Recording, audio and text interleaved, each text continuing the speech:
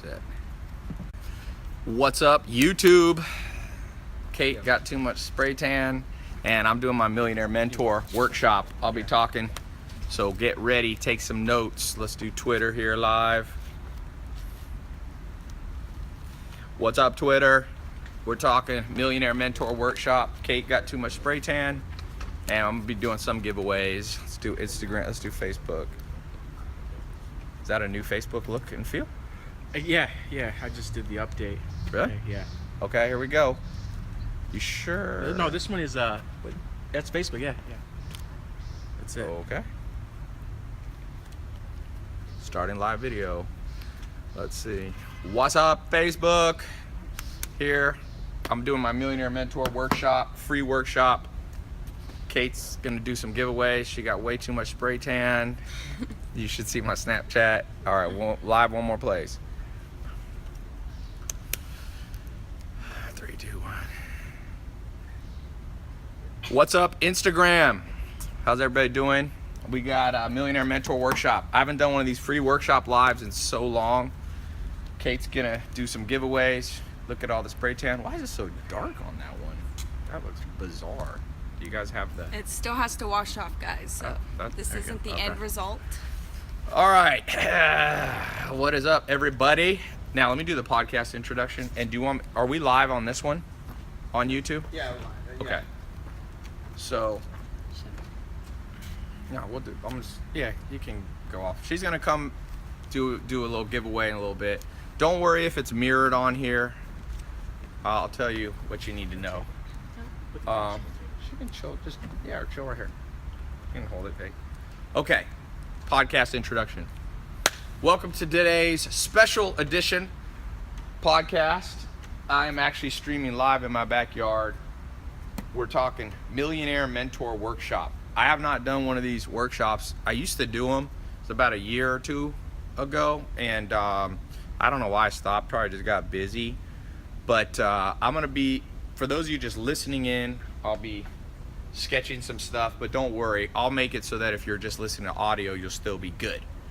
But I want to ask you this question, all right? What would happen if you had a millionaire mentor? An actual millionaire taking you step by step, guiding you through the things you need to know that they didn't teach you in school. That's what changed my life, okay? So I'm writing here on the board, what took me from having $100 in my bank account to, let's just say, making over $10 million a year in my businesses. It's actually a lot more than that, but never tell people how much you actually make. First rule, give you a little millionaire mentor tip. Always under-exaggerate. So we'll under-exaggerate. We'll pretend that that's how much I do, even though it's low. $100 to $100 million. It's not because I'm smarter than you. It's not because I was born, in the United States and you weren't or something. I don't know if I love the fisheye on this one on the Instagram. Yeah, we can take it off. It's just Okay. So it shows my feet and I'm barefoot and it's also okay. So I had 5 main millionaire mentors. Okay. And Joel Salatin, Alan Nation. Somebody said, Tai, are you gonna hide how you make your money? No, I don't hide how I make my money, but let me ask you this question. For some of you are too stupid to understand what I'm gonna talk about on this call. Mark my words. At least 50% of the people watching this are too ignorant to understand what I'm talking about. Just mark my words. You can look at the comments, you can just look around you in life. You think people know what they're doing financially? You are lucky if in 1 year you run into one person who knows what they're doing. Seriously. And even people that you think are making money, they don't know what they're doing. So when it comes to, somebody was asking, hey Tai, why don't you say exactly how much money you make? Well, if you are so dumb of a person that you tell everybody your social security number, if you tell everybody your bank account login, then good for you. But you want to have a level, and so this is just a little side note, because I'll be just dropping little tips throughout this, but I'm going to take you through 12 important things you need to know. But the first tip is, most people are stupid. Let's just face it. Most people are ignorant. The opinion of the masses will lead you down the route that is diametrically opposed to logic. The exact opposite. So let's talk about the right path, because the right path is much more narrow. All right? So here's the 12 things. By the way, some of you are in my actual, I created a small test group of people. I started this on Friday, and it's closing on Friday. And basically, I'm taking a handful of people in my test group. I'm going to mentor them for 12 weeks. Okay? 12 weeks. Monday through Friday. Personally mentoring them. I got a group. We talk every Tuesday. So, you know, we go through it. And then I give them stuff to do Wednesday, Thursday, Friday, and Monday. So what you're getting right here is like, I'm going to do a little quick summary of what I'm teaching them in depth. Okay? So the first thing is, here's my little list. I thought to myself, if I could go back in time from having less than $100, you know, the other day I was, I put a screenshot on my Snapchat, and you know, I made $19,000 in an hour. Every hour I get an email, tells me from different businesses like how much money I'm making, revenue. So I made 20 grand in an hour. I've made more than that. I've made 100 grand in an hour. But I was thinking back when I was growing up, my mom never made more than 20 grand in a year. And here I am, you know, making that in an hour while I wasn't working. I wasn't working that hour. I was literally walking, doing something else in my house. I forget what I was doing, reading, or I took a shower, and it made 20 grand. Okay? I posted the screenshot. I'll post them again. I can show you. I get them on my phone here right now. Let's see what I made last hour. There you go. I'll cover this up to not see the exact details, but there you go. I made $680 in the last hour. I made $92,000 today in one of my businesses. 92 grand today. So, like I said, some people go, oh, Tai, tell me everything. I'm not going to tell you fucking everything. So, if you want everything, go whine to your mommy. You're not related to me. You ain't done shit for me. Everything I give you, I'm giving you for free right now. So don't be demanding on my ass. I'm serious, because let me just write this down. Or actually, I'm going to just say it out because it'll be easier. Here's the 12 things that I think you got to know if you want to be a millionaire. Number one, you have to be trained how to spot opportunities. You see, most people think the world is in recession and the world has a lot of poverty. It does have a lot of poverty, but most of the poverty is rooted in ignorance, lack of good education system, lack of opportunities, but yet there's opportunities everywhere. For example, I was showing people, where's that bag of beef jerky? I was showing beef jerky. I was at the grocery store the other day and I saw beef jerky, and I just did the math. I did some Googling. They're charging you $4 for a bag of beef jerky that cost them $1. Beef jerky opportunity. 4xing their money. 400% return on beef jerky opportunity. You see, there's a company called Blue Apron. What do? They basically make food preparation easy for people. Multi-billion-dollar company. You could right now start a business if you had any cooking ability, charge 20 bucks a meal, or even 10 bucks a meal. Pay a delivery driver who you can pay 10 bucks an hour to deliver to the food. Get 50 clients that you're cooking for, healthy meals. You know, and you're making 20 grand a month. That's a money-making opportunity. There's money-making opportunities everywhere. So the first thing you have to know, look at this beef jerky right here. It's freaking 3 ounces of beef. A cow gives you 100 pounds of beef jerky. This is 3 ounces. You get 5 of these out of 1 pound, 500 bags from one cow. There's a guy, I was listening to a Wharton Business School. He took a beef jerky company and sold it for $300 million in 2 years. Did you see that opportunity? No, because most people are ignorant. And most people whine too much. Most people, you trying to figure out how much money I make. People spend all their time trying to figure out if my Lamborghini's rented. In that time, they could have bought a Lamborghini themselves. That's how stupid people are. Trust me, I reach 200 million people a year just on my Facebook retargeting pixel alone. 200 million people. And the number one thing I've learned since 2014, when I really started doing social media, is how stupid people are. Not IQ, though. That's the sad thing. They have raw, latent IQ power. But they choose through improper programming. Improper programming. How do you get programmed? Well, parents. My mom programmed me that it was normal to make 20 grand a year. So I was programmed that way. It wasn't until I was out of the house over 18 years old that I realized, wait a second, 20 grand, I can make 20 grand an hour. Right? I have 2 German Shepherds.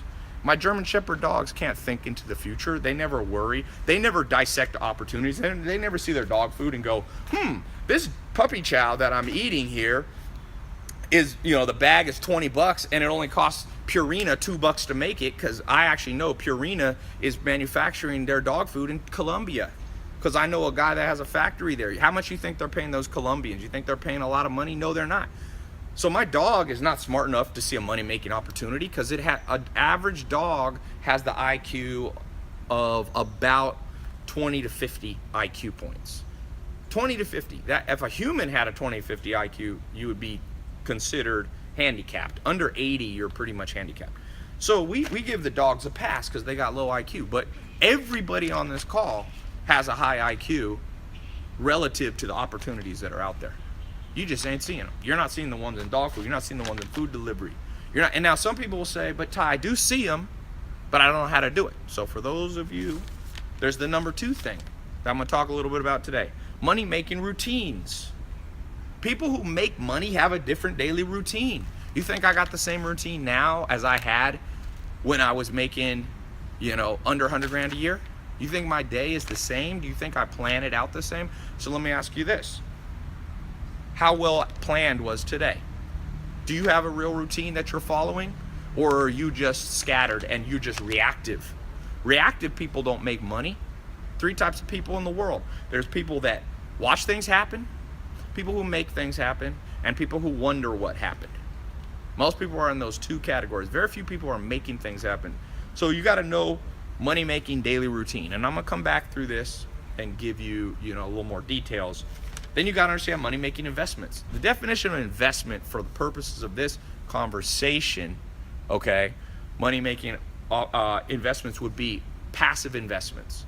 So you have 2 types of ways you make money. You have active. Right now, your job, if you have a 9-to-5 job or if you own a business, that would be considered active income. Even the IRS will consider that active income for tax purposes.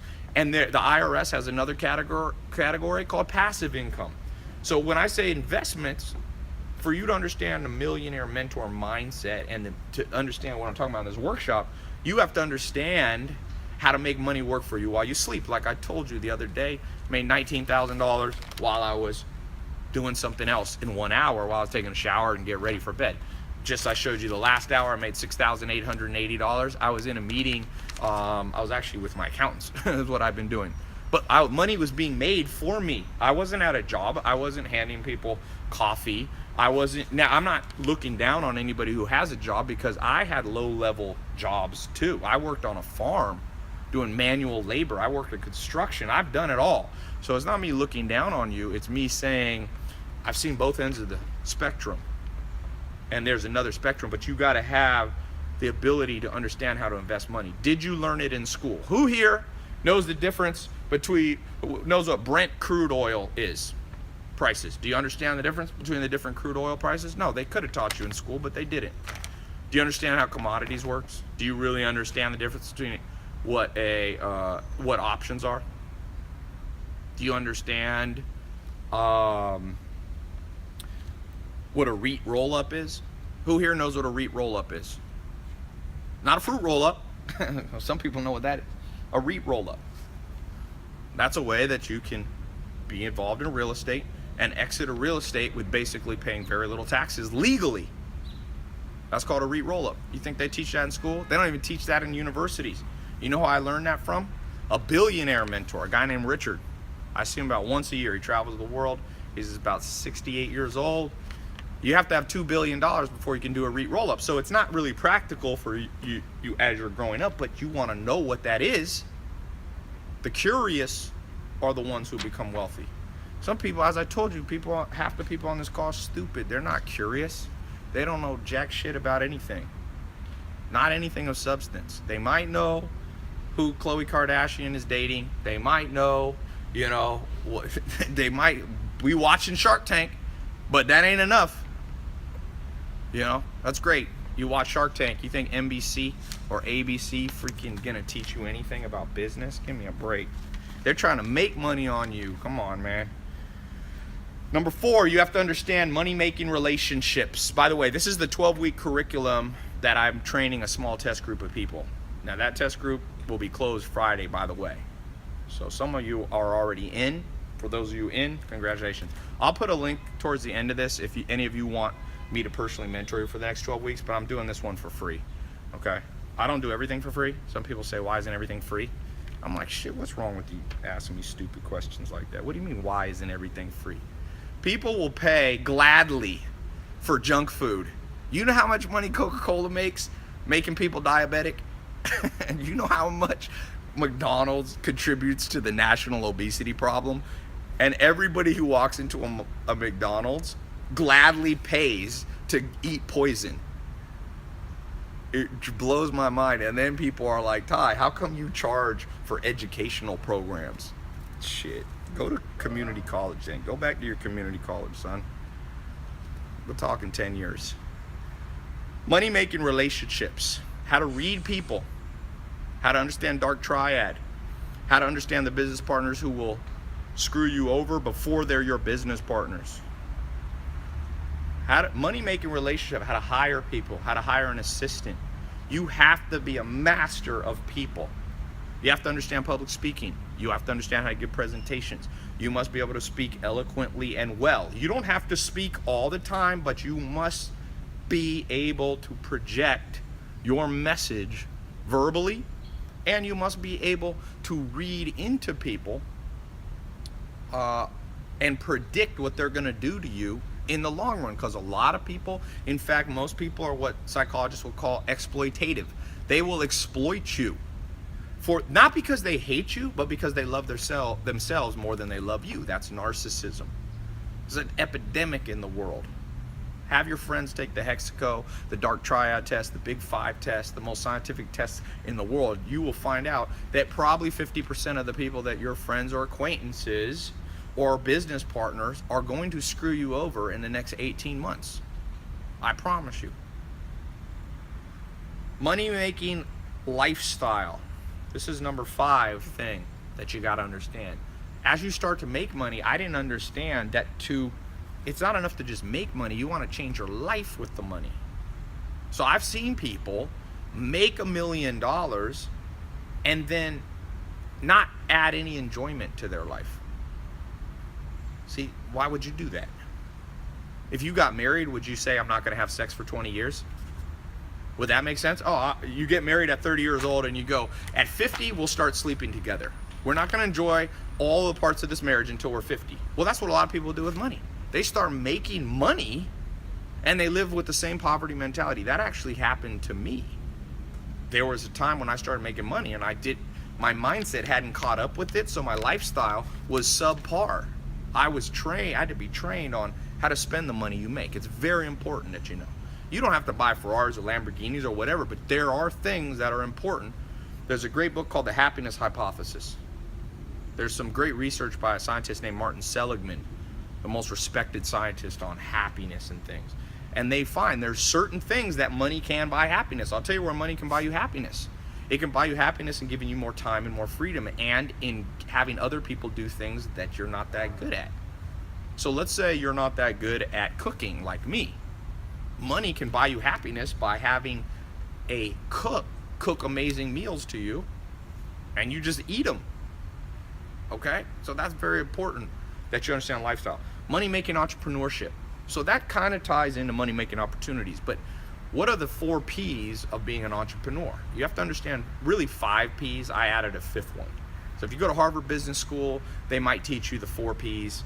or the 5 Ps. The 5 Ps are personnel, product, pricing, promotions, and placement. You have to understand, to be a good, well-rounded entrepreneur that has a potential to become a millionaire or beyond, you have to know those 5 Ps. How do you pick the personnel? You're not going to run a good business by yourself. There's nobody wealthy that owns a solo business. They're always doing it with people. Bill Gates, the richest man in the world, has business partners. Even Jeff Bezos, who runs Amazon, is not 100% owner of Amazon. It's a publicly traded company. There's thousands and hundreds of thousands of shareholders. And there's a lot of executives, and they have compensation packages that include stock options. So you're going to have to do it with people. Number 2, you have to understand product development. Most people come out with apps and products that nobody's going to buy. I could have told them that on day 1. Do you know how to spot and identify and create products that have the potential to make you money? Okay, and then you have to understand pricing. Pricing is, there's a great book called Smart Pricing. You can get it on Amazon. 2 Wharton professors wrote it on how most people charge too little for their services. In fact, are you getting paid right now the amount of money that you think your 9-to-5 job, at your 9-to-5 job, that you think you deserve? Or are you underpaid? Usually people are underpaid, and usually entrepreneurs charge too little. Sometimes they overcharge, but rarely. Okay, now then you have promotions. You have to become a master of marketing, virality. In the modern world, you have to understand video marketing. You have to understand YouTube. You have to understand Instagram. To understand Facebook, you have to understand promotions, marketing. And then lastly, placement. How do you deliver your products and services to people? A lot of people do that wrong, so they make too much work for themselves. You sell a service, and then it's 2 one-on-one. So you're ending up having to deal with each customer one-on-one, and you burn yourself out. You got to understand how to properly place the product. So that's money-making entrepreneurship. Then we have money-making education. See, what you know today and what I'm talking about today will be outdated in a year or 2. What I'm talking about today will be outdated in a year or 2. One of the things that the 3rd richest man in the world, Warren Buffett, says, he says, what I knew in 1979 wouldn't have made me money in 1980. What I knew in 1980 wouldn't have made me money in 1981. He said, you have to become a learning machine. And some of you are, and at least 50% of people on this are not. 50% of the people on here can't name a book they've read in the last week, even though the average CEO and the average millionaire reads a book a week. Tell me about the book you read in the last week. You don't know how to self-educate. 50% of you do, but at least half the people don't. It's a fact. On average, the average person who graduates from high school or college does not read a nonfiction book from front to back, okay, for like 7 years. People might start the first chapter. In fact, the average person never gets past the first or second chapter. So you have to understand money-making self-education, how to do it. I'm continually educating myself. I spend over $100,000 a month on trainers and people who teach me. And people say, oh, that's so much money. Yeah, but that's how I make a lot of money. I know what the hell I'm doing because I hire people to teach me. It's so basic that people struggle with that. How do you become a good doctor? You pay other medical doctors at medical school, you pay them money to teach you how to do heart surgery, and then you learn how to do it. But a lot of people go, oh, I don't need to pay anybody. Okay, well, fine. You won't know how to do the high-level skills that make actual money. I guarantee you. Next, money-making happiness. Money causes quite a few problems. First of all, as some of you start to make more money, things are going to get weird with your family. I'm already telling you that. Just predict it. I'm predicting it right now for you. I don't care how much you love your family, and there will be some jealous person in your family, a cousin, a grandparent, an uncle, a sibling, a brother, a sister, who will do something shady as you start to make money. So you have to understand that your happiness is going to go up in some ways as your financial stress goes down, but there's going to be other problems that you have to know how to deal with. So one of the things in Millionaire Mentor Workshop is let's talk about happiness. How do you keep it? How do you make sure money doesn't get ahead of you and cause more problems than it solves? Next, money-making fitness. I know so many entrepreneurs that as their bank account goes up, their body decays. If you do a saliva test on the average entrepreneur and run their adrenals, there's 4 phases of your adrenal glands. Okay, your adrenal glands, they're in your head. They basically are the part that regulate the flow of things like cortisol, adrenaline, all that kind of stuff. Complicated metabolic and hormonal changes in your body. But if you get too much stress all the time, okay, too much work on your adrenaline, you'll go into stage 3 or stage 4 of adrenal fatigue, which basically makes your body fall apart. You won't lose weight. There's all kinds of trouble. So what happens is you have to know how to maintain fitness. Now, you're not going to necessarily be a pro bodybuilder. You're not going to necessarily be as good a shape as somebody who spends 8 hours a day working out. But if you understand money-making fitness, as you make money, your body will at least stay, decent. Hopefully better than decent. So then next, money-making travel. Money will open up opportunities for you to travel. I had to learn how to travel the world. I've been to over 40 or 50 countries. Okay, as you make money, new opportunities, new ways to travel, cooler opportunities open up. You need to be mentored on how to do it, or else you make mistakes. I've made mistakes, been annoying. Now, money-making job, 9-to-5 jobs.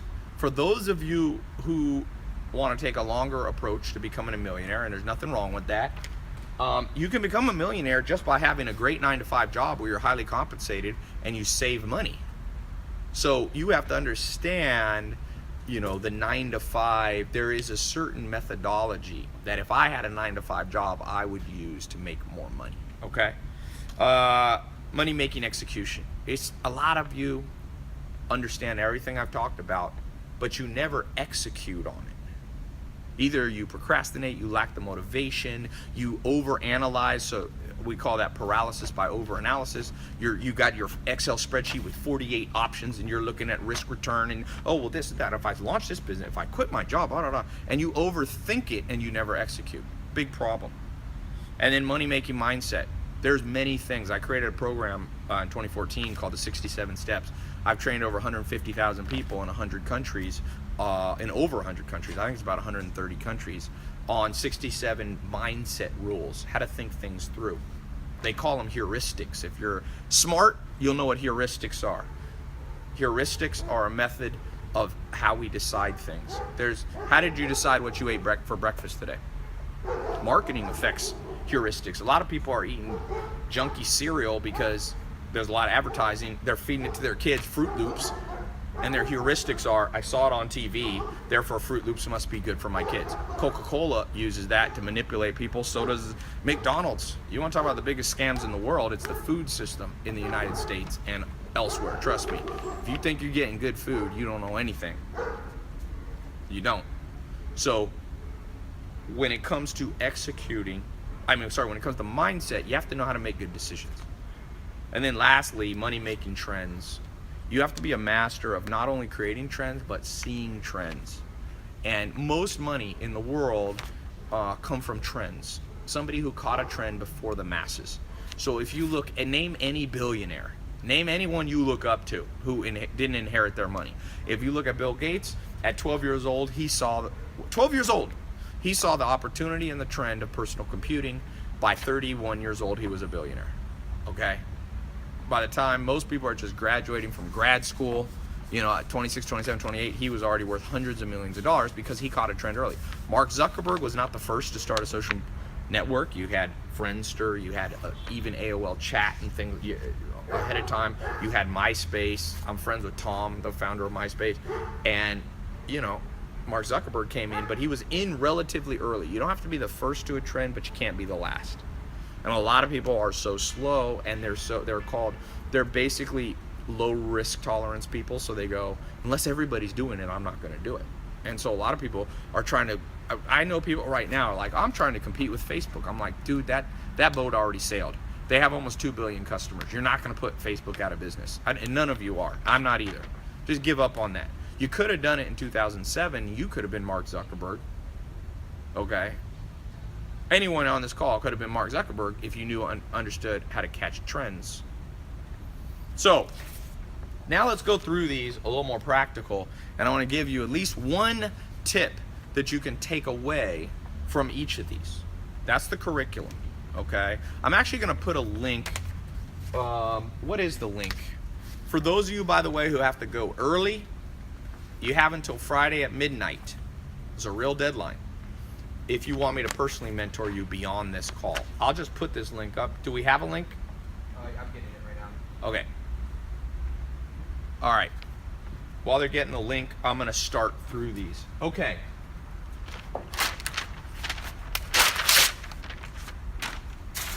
Let's talk here. I'm going to rip these off. I'll tell you a money-making opportunity. I'm going to use this as an example. This Post-it company does not have a good design for these paper things. When you flip them over on the backside, they build up and they bunch up. So somebody on one of this call has the opportunity. See the opportunity right here. You know how much money this I guarantee you this Post-it company does 100 million in sales on paper products. Guarantee you. And this is an opportunity. If you came up with a better design, you could patent it and you could sell it to them. Isn't that crazy?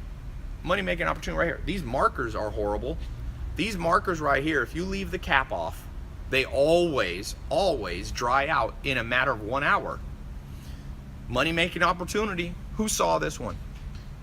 Who saw this one? See, it's shirts. I got a friend who was making $1.5 million a year selling shirts. You know, a month. 1.5 million a month. You know how he was doing it? Very simple. He was making t-shirts around local cities. So he would make a t-shirt for Atlanta. It would be like different slogans like I love Atlanta, Atlanta fan, or whatever. And then he would do Facebook ads only to people who live in Atlanta. 1.5 million, he was netting $500,000 a month before he was 30 years old with t-shirts. He basically retired. He's like 30 and he don't even work anymore. He don't even do t-shirts anymore. He saw a money-making opportunity in the fact that people are loyal to cities. People are loyal to cities. Somebody here, I mean, why not do it with countries? You can do it with countries. Why not do it? You can't do it with brands. You can't say like, I love Nike, because Nike has a trademark, protection, but nobody can trademark the city of London. Nobody can trademark the city of Los Angeles. It's impossible. It's against the law in any country in the world. So there's a money-making opportunity. I'm just looking at the things that are around me. How about this? There's a case on this phone. Whose phone is this? It's a crappy-ass case. What'd the Kardashians do? The Kardashians it looks like they're actually being sued because someone says they stole their idea. They take a lot of selfies. They put lights around them. So when they take a picture, it lights up their face. I think that business has made over $50 million for Kim Kardashian. Could anybody here come up with this idea? Yes, but you're not trained in how to see money-making opportunities. You're trained in poverty. Trust me, you're trained in poverty. Everything in the news, what's the news about right now? It talks about, the unemployment rate, the recession, GDP, it's 2% inflation. It doesn't mean anything. It doesn't affect you. So it creates this false reality that we live in a world where everybody's broke. I live in Beverly Hills. You can't believe how much money people are making. I know people making so much money, and I'm talking about rags to riches people, not people who inherited money. I had a friend, 2 business partners. I won't say their name because you might know them. They're real big entrepreneurs here. And when I first met them in, I think 2012, they said, Tai, we know you know a lot about finance, personal finance. We need to have lunch with you. We got a big problem. So I met with them and I'm thinking, oh man, these guys got a big problem. Maybe they're not doing as well as everybody thinks they are. And they sat me down like, we got a problem. We're putting $6 million a month into our bank account, personal bank account, and we're only getting under 1% interest. What should we do with our money? And I was like, guys, you called this emergency meeting because you're making too much money. You're making $6 million a month profit and putting in your bank account, and that's your big worry? I said, that's a worry everybody in the world wishes they have. And that it opened my eyes a little bit more to hear just people right here making $6 million a month. There was 2 kids at my house. I did a seminar in person at my house. I occasionally do those. 2 guys that I trained starting 1 year ago. Samir and what's his other name? Juan. I don't even train them personally. They just come to all my seminars. They came to this seminars group coaching, and they were making under $5,000 a month 1 year ago. Now they're making $210,000 a year drop shipping on Facebook. They buy shit in China for $1 and sell it for $8, or $10 and sell it for $80. But they're doing stuff under $20, and they're making literally over $200,000 a month at 21 and 22. They said, Tai, sometimes we have to pinch ourselves because we can't believe the money-making opportunities. Now, some people won't believe it. One of the things that I have an absolute rule for any of you who want to get in by this Friday into me personally mentoring you, if you are skeptical or cynical, don't come in the program. Because here's the deal. I'm skeptical of some things and I turn the channel. Only a fool watches a TV channel or goes on an Instagram or Facebook or podcast and listens to it if they don't believe in it. You know, isn't that funny? That's how dumb people are. So for those people who don't think it's possible, who are of the poverty mentality, who think that yes, people only are always trapped, who think capitalism is the root of all evil, if you're in some 1800s economic mindset, if you think Marxism was accurate and you think you read Das Kapital and all that outdated shit, then please go, leave. Nobody wants you. Make your own world. This is a big ass world. Go in the world that you believe in. If you don't believe in capitalism and you don't believe in individual opportunity, then, you know. Sometimes people are like, I hate America. I'm like, well, fucking leave. Go live in North Korea. Send me a letter at how well that worked for you. So the mentality of money-making opportunities, I want you this week, everything you see, reverse engineer. Reverse engineer this pen. How much does it cost to make a Marks a Lot washable pen? I bet you this pen costs 45 cents and they then research how much they sell it for, $4. It's probably a 10, 20, 100x ROI. Now it's a smaller niche, but you don't need a big niche to make money. Understand this thing, everything, this iPad cover, this isn't the one that it came with. Why am I using that? There's money in creating better covers, more entertaining. This one's kind of boring. OtterBox has no design on it. Why don't they have a design? Why don't they buy the rights to an awesome design? What do you think people would rather have, a case with no design? I mean, I don't understand it. People like designs. Who here, I see money making opportunity right here. OtterBox is not doing it. They are the dominant protective case, I think, OtterBox, in iPads and iPhones. Why haven't you grabbed the opportunity? I don't care if you live in India, Africa. You can do business in the US from any country in the world almost. There's a few countries America has sanctions against, but usually even then you can get around them. There's a guy who follows me who lives in India. I think he's 25 years old. He does affiliate marketing from India. He makes $10,000 a month in India. Now let me tell you how much money that is. The cost of living in India is like a tenth of the United States. So he's only has to make 10 grand a month from India to live the lifestyle as if he's making 100 grand. 10 grand a month in India at 25 years old. This dude's the pimp daddy. He can go to any nightclub. I don't know what a bottle in a nightclub costs, but I tell you, I went to Czech Republic. A bottle there, what country was I in? It was either Czech Republic or it was like Sweden. A bottle at a nightclub's $200. $200. A bottle at One Oak down the street here from where I live is probably about 2 grand. I mean, if you get a table. So it's 10 times. So yes, you can make more money living in the United States or a big city, but it costs more to live here. So it evens out. It's one step forward, one step backwards. The money-making opportunities are all around you. There's a company in Germany. I think it's 3 brothers. They're now worth $7 billion. You know what they do? They copy everything that works in the United States and they do it in Germany. So they took eBay and they created the eBay of Germany. I forget the name.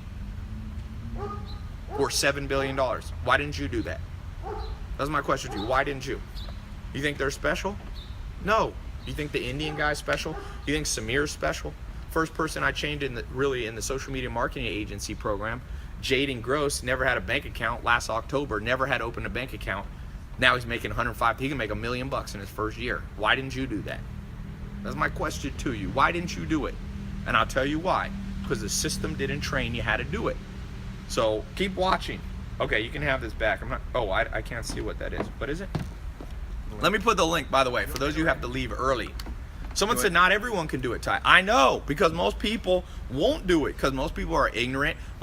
There's 3 main problems with most people. They're fearful and overly sensitive, number 1. Number 2, they're proud. So they go, oh, I'm perfect already. And number 3, they're stubborn. Which are you? So you're right, not everybody can do it. Because if you're overly fearful, sensitive, if you're stubborn, or if you're proud, you can't do any of these things. What's the link here? Right up here. Yeah. Cool. So here's a link. Just tell me what it is. Okay. What the name? So, This one. yep. I'm just gonna do one. Okay. The top. TaiLopez.com/apply. If you want to apply by Friday, okay, no pressure on you. If you don't want it, this is not a high pressure sales tactic. I honestly, I've learned I don't care about anybody who doesn't care about me. So someone's like, Tai, I don't think it's going to work for me. Well, then good. Good riddance, dude. I do not care. People think that because I care about people and I do charity, I care about everybody. I do not care about everybody. And I highly suggest, one of the things I teach in money-making relationships is never give a shit about anybody who doesn't give a shit about you. There's a little rule. Even you should read a great book called The Selfish Gene. It's one of the great books written. It's written by a scientist named Richard Dawkins, who was considered a 2013, I think he's a Cambridge or Oxford professor. He's a genius. And you know what he said? He said, computer simulations have proven over and over, and psychologists, that the best approach to humans is called tit for tat. Tit for tat means you treat people as they treat you. Okay? So sometimes people are like, Tai, I don't really care about you, and I want you to care about me. And I'm like, I don't. I am exactly the opposite. So be hyper loyal to the people who are hyper loyal to you. What you do is you take all the energy that you're now spreading out trying to love everybody, and you pull back and you give 100% love and energy to that small group of people who care about you. That's it. If you got family members that don't care about you, who cares? You think everybody gets a pass because they're blood related to you? If you have family members screwing you over, be like, you know what? We'll talk in 5 years. Shake their hand and walk out of that. Don't go to Thanksgiving. Who cares? Make your own family. Family sucks sometimes. I have some good family and some shitty family. Who do you think I hang out with? The shitty family? You think you're gonna change their mind? You think you're gonna change shitty people into good people? Boy, you got lessons coming to you in life. You're gonna look back. Number one thing, you're gonna look back in 80 years old at your life and go, people don't change that much. That shitty person who ripped me off at age 18, they did it again at 28 and 38 and 48 and 58 and 68. Why didn't I learn faster? Well, remember I told you this. So, TaiLopez.com/apply. If you are somebody who's not just a taker, but you want to be part of a movement that I'm trying to be part of myself, then you're welcome. If you're a cynical bitch, then be broke on your own, man. I don't give a shit about you. Seriously. That's my approach to I don't give a shit. If half the world disappeared, the world will be better off. So all you got to do is be in the half that's making the world a better place. So if you can't point out to me how you contribute to society, then you better get on it, because which side of that stream are you on? You want to know what will make the world a better place? You think the world's a better place because Kim Jong-un is here? No, best thing that would ever happen on this planet is if Adolf Hitler wasn't born, Kim Jong-un wasn't born, a lot of people weren't born. So some people go, oh, that's mean, Tai. Well, millionaire mentor tip for you. Welcome to the real world. This world is a real damn world. There's bad people in this world, and there's people that will cheat you in a second. There's people here that if you had I have a friend, I was just in New York. My buddy had a guy who he basically needed, he had a bank account outside the US or something, and he had a friend sign for it because the friend lived in the other country. Okay, he said, will you sign for it? I need a local person to sign. And the guy said, sure. And then the guy signed for it and took $1 million from my friend and tried to tell, and then went to court trying to say that he was part of my friend's business. He never worked in my friend's business in one day of his life. He just signed a piece of paper as a favor for a friend, but when $1 million was in there, and because he was the co-signer on the account, he pulled $1 million out. There are people who will cheat you the day you get $1 million. Those people are better off if they were never born. So you might as well treat them like that right now. Seriously. And then you take everything that you right now are spreading out among too many people, and The person who has your back, did you send them a nice book gift this week? Did you send them a card? My question to you is, why not? Why aren't you down more for the people who have your back? Take the top 3 people that you know, if you lost all your money, if you were in the hospital, the 3 people would show up at your bedside. You know, I was dating a girl a while back, and I was actually in San Diego or something. She was in LA, and she got sick, and she didn't know what it was, so she went into the emergency room, and they held her for a day. I came home early the next day, and I went there, and I was the only person who ever, and we hadn't even been dating that long, and I was the only one who showed up at the hospital. And I said to her, where are all your shitty friends? Her roommate didn't show up. She goes, oh, no, they're good friends, they're just busy. No, they're not. Actions speak louder than words. So money-making opportunities all around you. This is an opportunity. The cases are opportunity. This is Uber. Somebody's going to make a third Uber. You got Uber and Lyft. There's always room for a third. Why haven't you made it already? Money-making opportunities. What's your problem? Uber is worth $68 billion. One guy started it, Travis, or I think he's the co-founder. He's the main shareholder. He raised $7 to $12 billion, and he's now worth $10 billion bucks. Why don't you? Now Lyft is on the rise and competing seriously. You don't think there's room for a third? There's a McDonald's, a Burger King, and a Wendy's, and a Taco Bell. There's 10 different fast food joints in the United States. You don't think there's room for more apps for different services? Why haven't you taken that money-making opportunity? There's a problem that I have with the world. You know, I ask myself, Tai, what's wrong with you? Why didn't you start it? I'm actually working potentially. I'm testing a new idea to try to maybe compete with Uber. Opportunities. Where's yours? Okay? Now, money-making routines. Some of you just have a crappy routine. And until you change that, there's no hope for you. Remember what Einstein said, the definition of insanity is doing the same thing over and over and expecting different results. Whatever routine that you have done for the last 10 years of your life has gotten you what you have right now. Do you have a different routine lined up? If not, why not? Why not? Some people say, Tai, should I wake up early or should I wake up late? I ask them, well, what do you do right now? And they go, well, I wake up at 10. I said, are you making the money you want to make? Are you living the life you want to live? Are you happy? No. Well, then stop waking up at 10. Try 12 or try 8. Unless you're willing to experiment with the routine, be a mad scientist of your own life, be the general of your own army. No one can help you, but why are you still waking up at 10? Try extremes. Wake up at 4. I'll give you an example. 2 years ago, 2015, I woke up. I read a book by Michael Milken, who was one of the original kind of investors in the United States. He created something called high yield bonds and so on. And he used to wake up at 3:45 every morning. And by 5 in the morning, he'd already worked for 1 hour. And I said, let me see if this works for me. So I woke up at 3:45 in the morning, and I had my whole office. We had our first meeting at 4:15 in the morning at my office on Sunset Boulevard. And I did it for a month.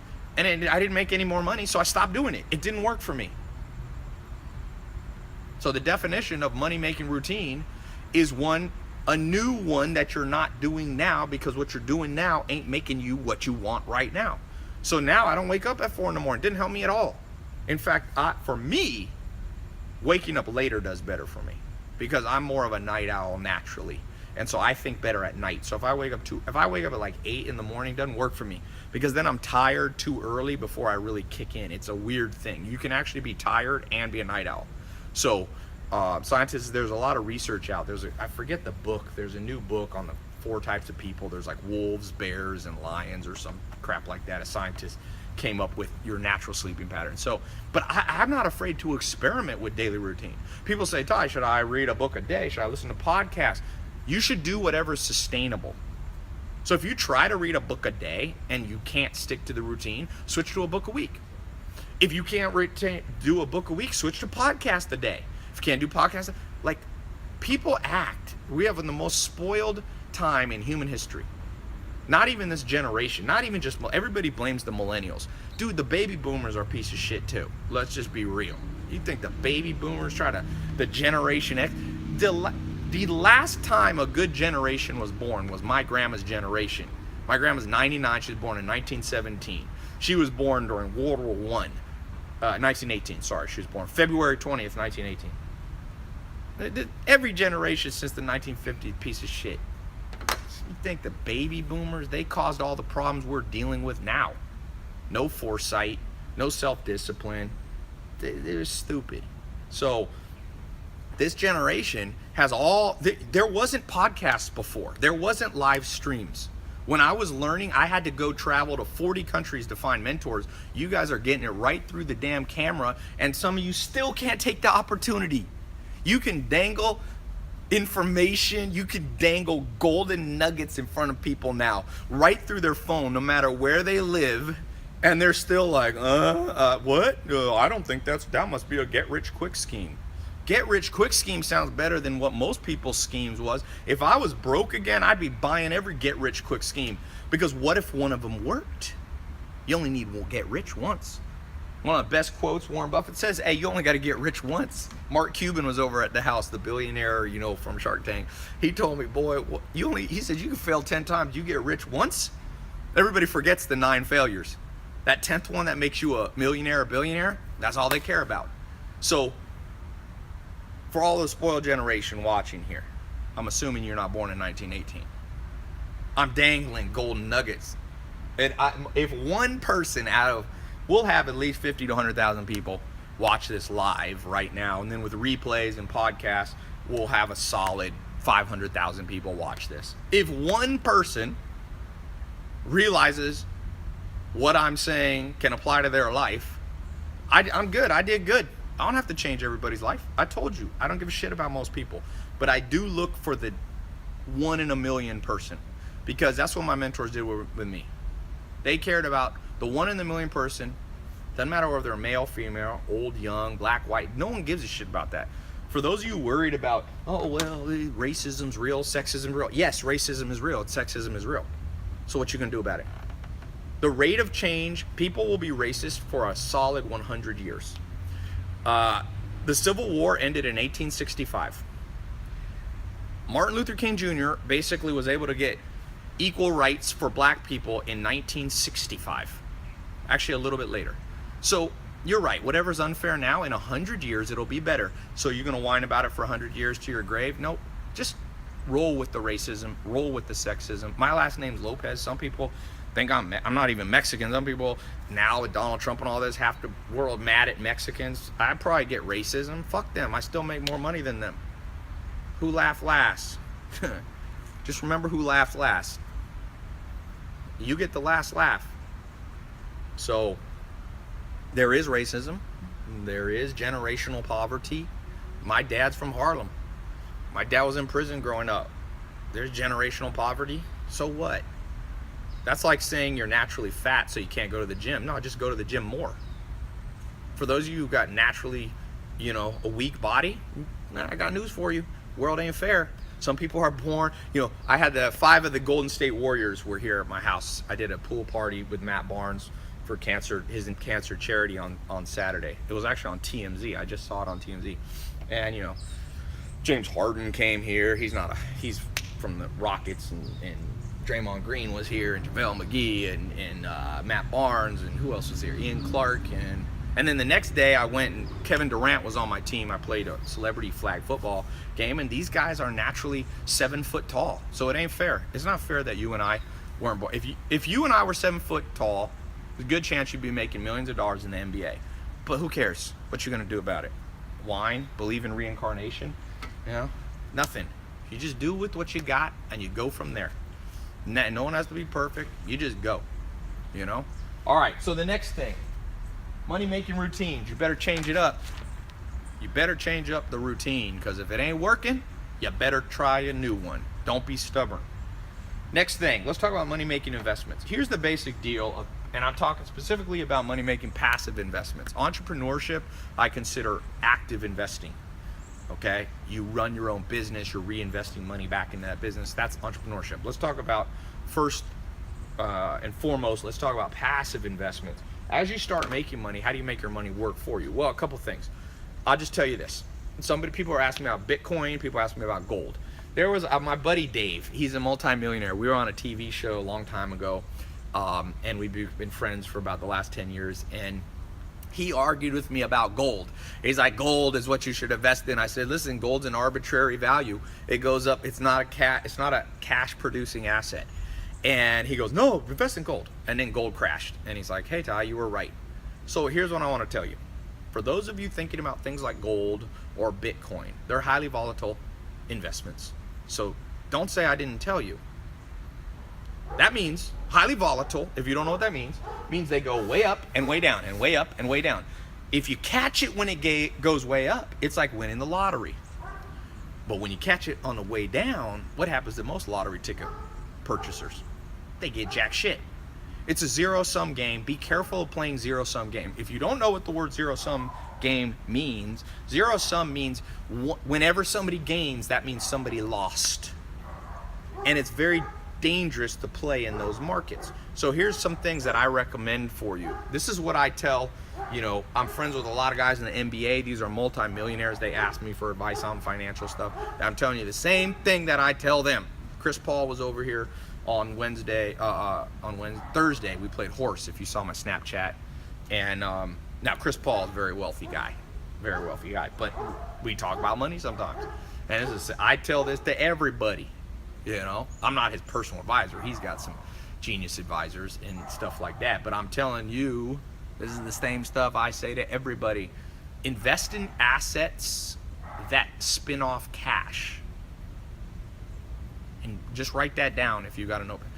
Your passive investment should be in things that spin off cash, not things that you're playing the lottery with looking for capital appreciation. Capital appreciation is like, oh, I'm going to buy Apple stock at $500 and hope it goes up to $700. That's called capital appreciation. Okay? This is appreciation. It's not dividends. It's not earnings. It's not distributions. You can do that if you want to play with your life savings in a very risky way. Feel free. Just when you get burned, because when you play with fire, you often get burned. Do not say I didn't tell you. Okay? Look for so what are some great cash generating assets? A great one is real estate. So for example, buying a duplex, a triplex, a fourplex near you. In general, better than single family homes is better to buy like one. I'm looking at one in Pacific Beach in San Diego. It's 4 people. So it's one property and there's 4 doors. Okay? And that one, it's safer. If one person doesn't pay the rent, they leave and you put another person in, you got 3 other sources of income. So real estate, multi-unit real estate.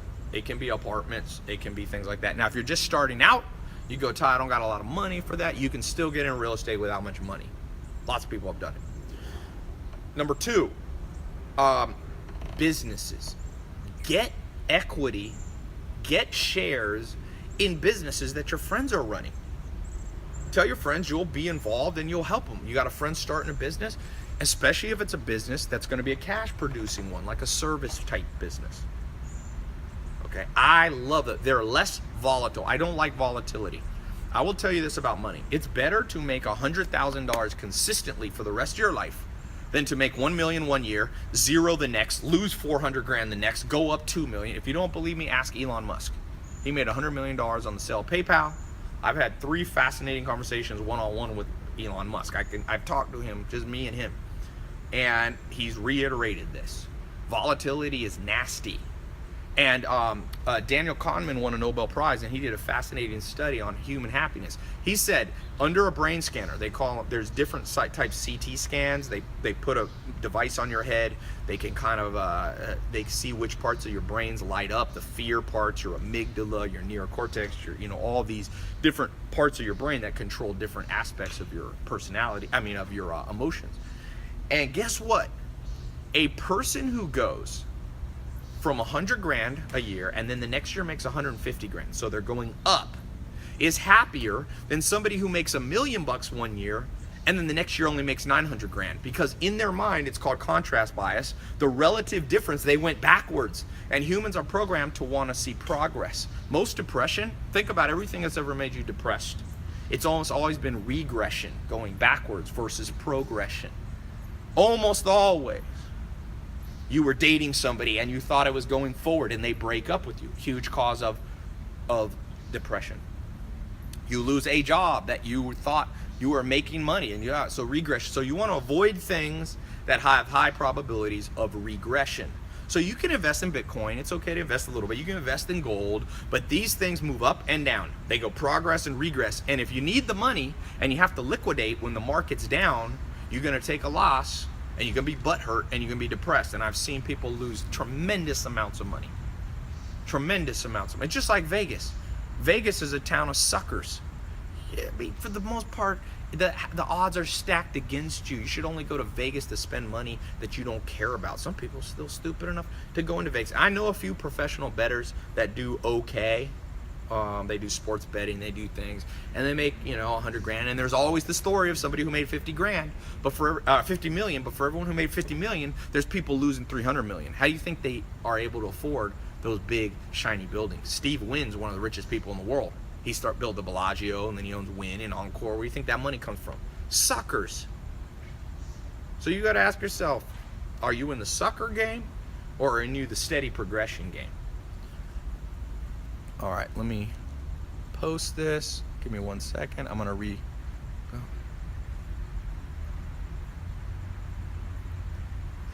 going back live on Instagram. What's up, Instagram? We're back. Vegas was built on suckers. If you ever want to get in the nightclub business, you ever want to be in the casino gambling business, let me tell you how to do it. Own the nightclub and own the casino.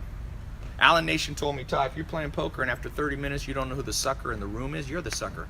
Guess who the sucker in Las Vegas is right now? It's the people sitting around the tables. It's the people putting money into slot machines. They are literally, these casinos have a license to print money on the stupidity of other people.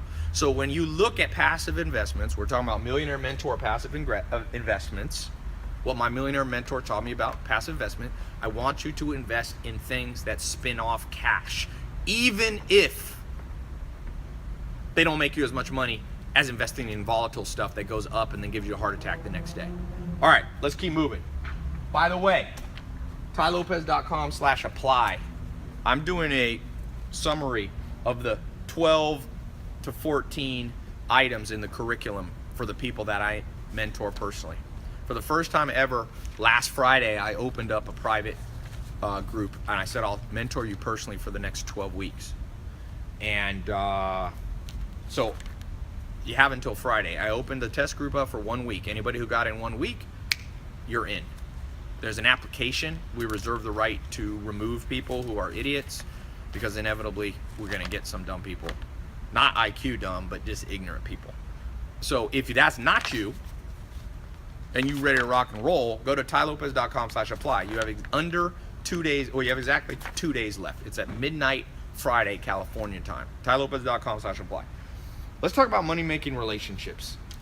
One of the things my millionaire mentors taught me is that you got to know how to read people, because most people are exploitative.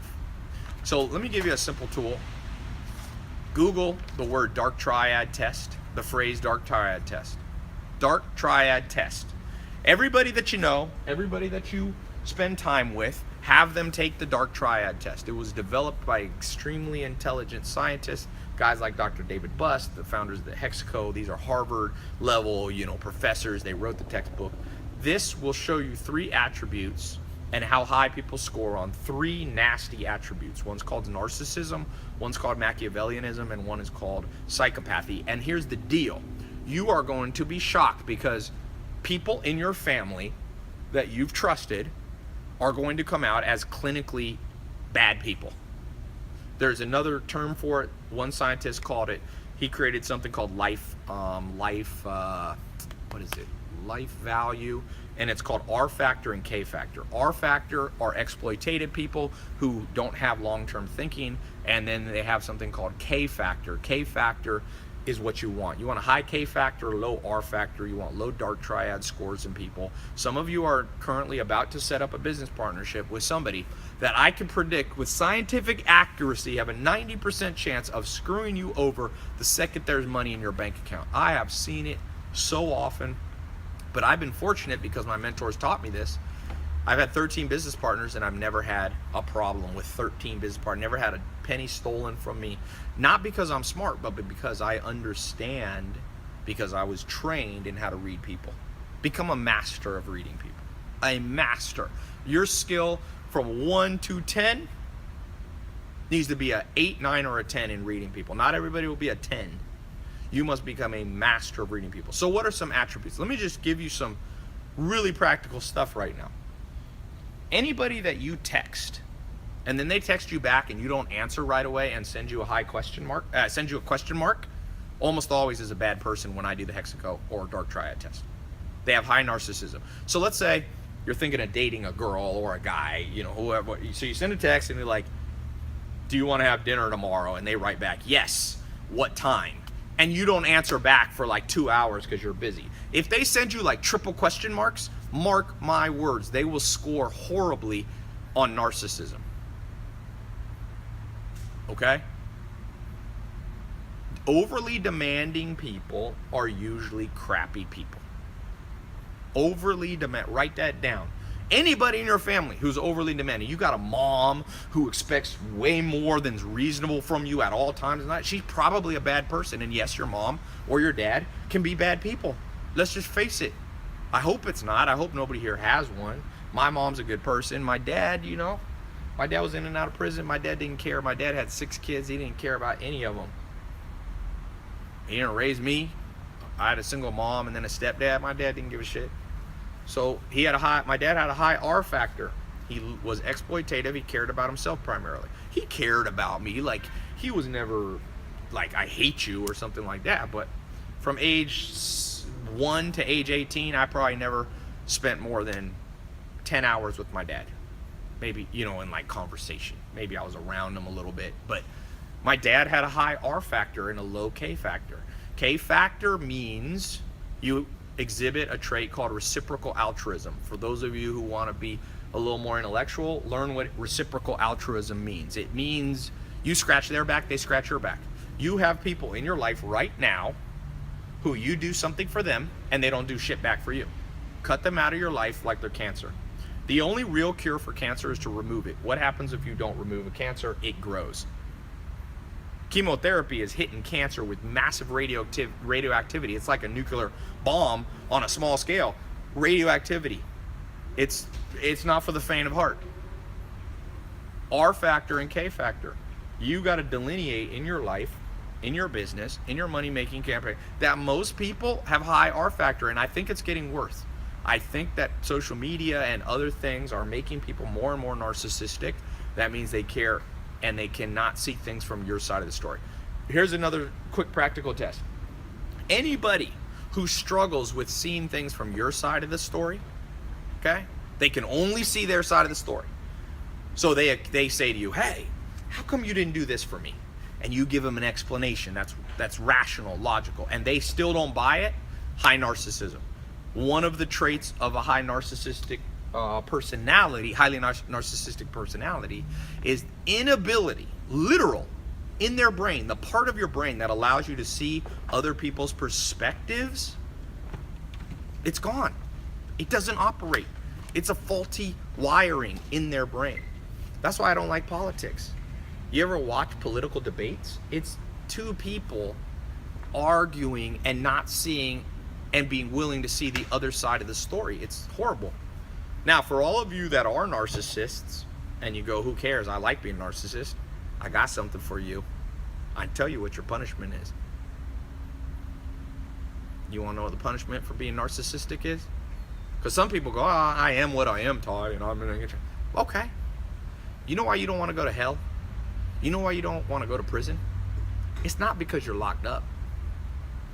It's because you're around shitty people. So narcissists attract narcissists like a freaking magnet. Those of you who go, I always date bad people. They're always awesome at the beginning, but then they screw me over. That means you're probably a narcissist. And so you attract the same thing. Now some people say, but Tai, isn't that ironic? Aren't you narcissistic? You have your face all over the internet? Maybe there's some truth to that. But I'm more of a businessman. My face is on the internet for one reason. I've done split tests where I market products without my face, and I've done it with my face, and my face wins. Mine's more of a logical reason. The day I find out that taking my face off the internet will be more productive, it's off. It's off. So yeah, maybe I'm narcissistic. I've done the dark triad score. I don't score super high in narcissism. I'm like middle. So I'm certainly no saint. I don't even want to be a saint. The more people perceive me not as a saint, the happier I am, because the more people try to see you as perfect, the more you disappoint them. I don't want to disappoint anybody. That's why that's why I just start out some of these calls and go, half of you are too stupid to even listen. You should go off. It's not because I'm trying to be an asshole, but because, better to be told the truth. Because some of you are ignorant, and maybe it'll snap you out of it. Maybe it won't. Okay, let's keep going. So money-making relationships, we talk about dark triad. Half of your friends take the dark triad test, the hexaco test, big five, those things. All right, next, let's talk about money-making lifestyle. What are the things that my millionaire mentors taught me? Maybe I can hand off to you. Here's a couple things. As you start to make money, primarily spend your money on a few things. Number one, live in a nicer place. Why do I say that? Because science is in. Martin Seligman, there's a guy named Jonathan Haidt, wrote a great book called The Happiness Hypothesis. They literally tested people with machines, with scientifically, calibrated machines, and they found that if you live in the wrong place, in a loud area of town, with high crime, with things like this, that it literally raises your cortisol level, cortisol is like the stress hormone. So what you don't want to do, I've seen people make money and then not spend it on a nicer place to live. They go, I'm going to save all the money, I'm going to reinvest it in my business. No, you need to plan for the future, but you also need to make the present as good as you can, as hospitable as you can. And so the first thing I recommend as you make money is not buying Lamborghinis, not buying Ferraris, okay? It's upgrading where you live. It's not upgrade, because a lot of people when they make money, they upgrade their shoes first. Now you see I got all Yeezys and all that kind of stuff, but that's not the first thing I do with my money. So lifestyle, start with housing, okay? Number two, expand traveling. And here's why. Both the frequency and the distance. Both the frequency and the distance. Number three, and maybe you could switch this order. Let me have some. Can I have some? Is that for me? Here, bring it here. Yeah. Upgrade food. I have your food too. Oh, that's yours? You can have some of this too. Look at Kate. She got way too much spray tan. It needs 7 hours to settle, and then I will be nice and Kate! golden. Oh. Do you want that or Yeah, I'll have turkey? this. It's good. No, let me have this one. This? Okay. Where'd that alcohol? Okay. I'm going to eat while I do this. You want it on top of it? If somebody doesn't like it, please change the channel. Smart people change the channel. Dumb people write comments. Okay. Not dumb people write comments, but dumb people go, why are you eating? Just change the channel, dude. What's this? Is that the one water? Or special? No. No, it's just that. You get that in the morning. Okay. So, then, once you do the three, once you've expanded where you live into a nicer place, doesn't have to be a mansion or anything, No. nicer part of town, quieter. Let me repeat the word. Quieter. So if you have a choice between a big house in a loud area, you're making a mistake. Quiet. The more money you make, the more people are going to try to knock on your door and ask you for money. Quiet is what you want. Okay. Hey, can you try to bring a fork? Yeah. Okay, when it comes to travel, here's what I recommend. 2 approaches. For those of you overly analytical people who overthink so much that you never do anything, take a globe, close your eyes, spin it, and go to the closest country to where your finger lands. I don't care where it is. If it's Mauritius, if it's freaking Zanzibar, go. Because a life with no adventure is no life at all.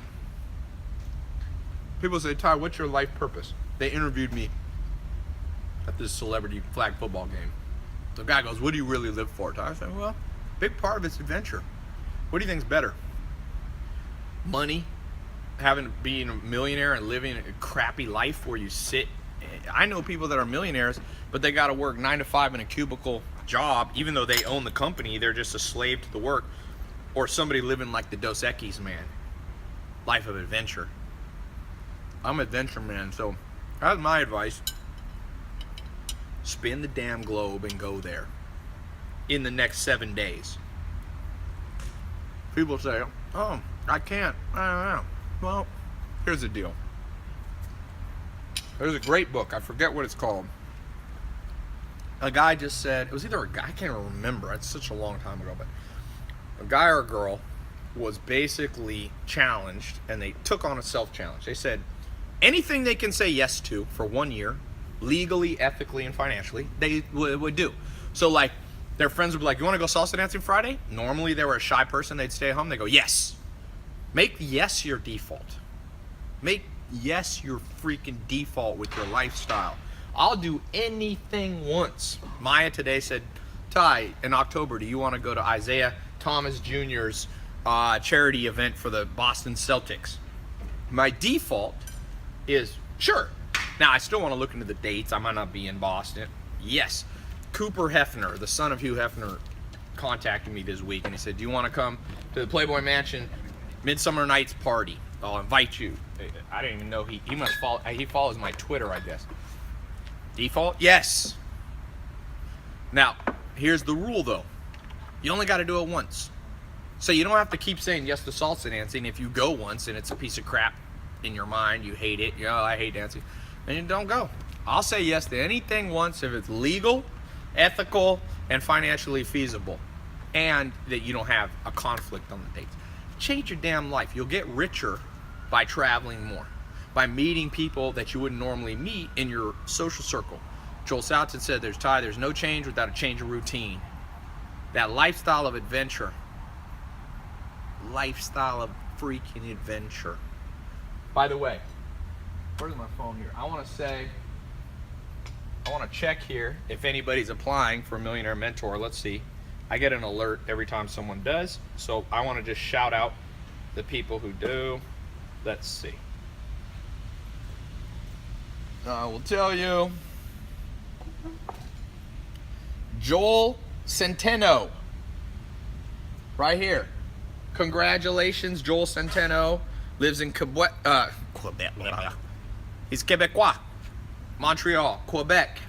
Congratulations. He went to tailopez.com/apply. Let's see what we got next. Oops. God. Some of these iPhones, I never put it on low battery mode, and it always is closing out on you.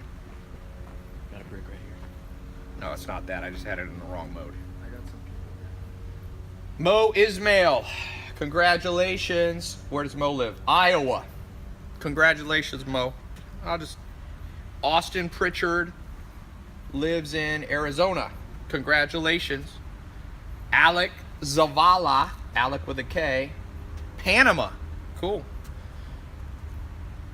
Lauren Castillo. Oh, we got a girl here. Where is Lauren from? Lauren Castillo. Oh, there's a picture. She uploaded a picture. Illinois.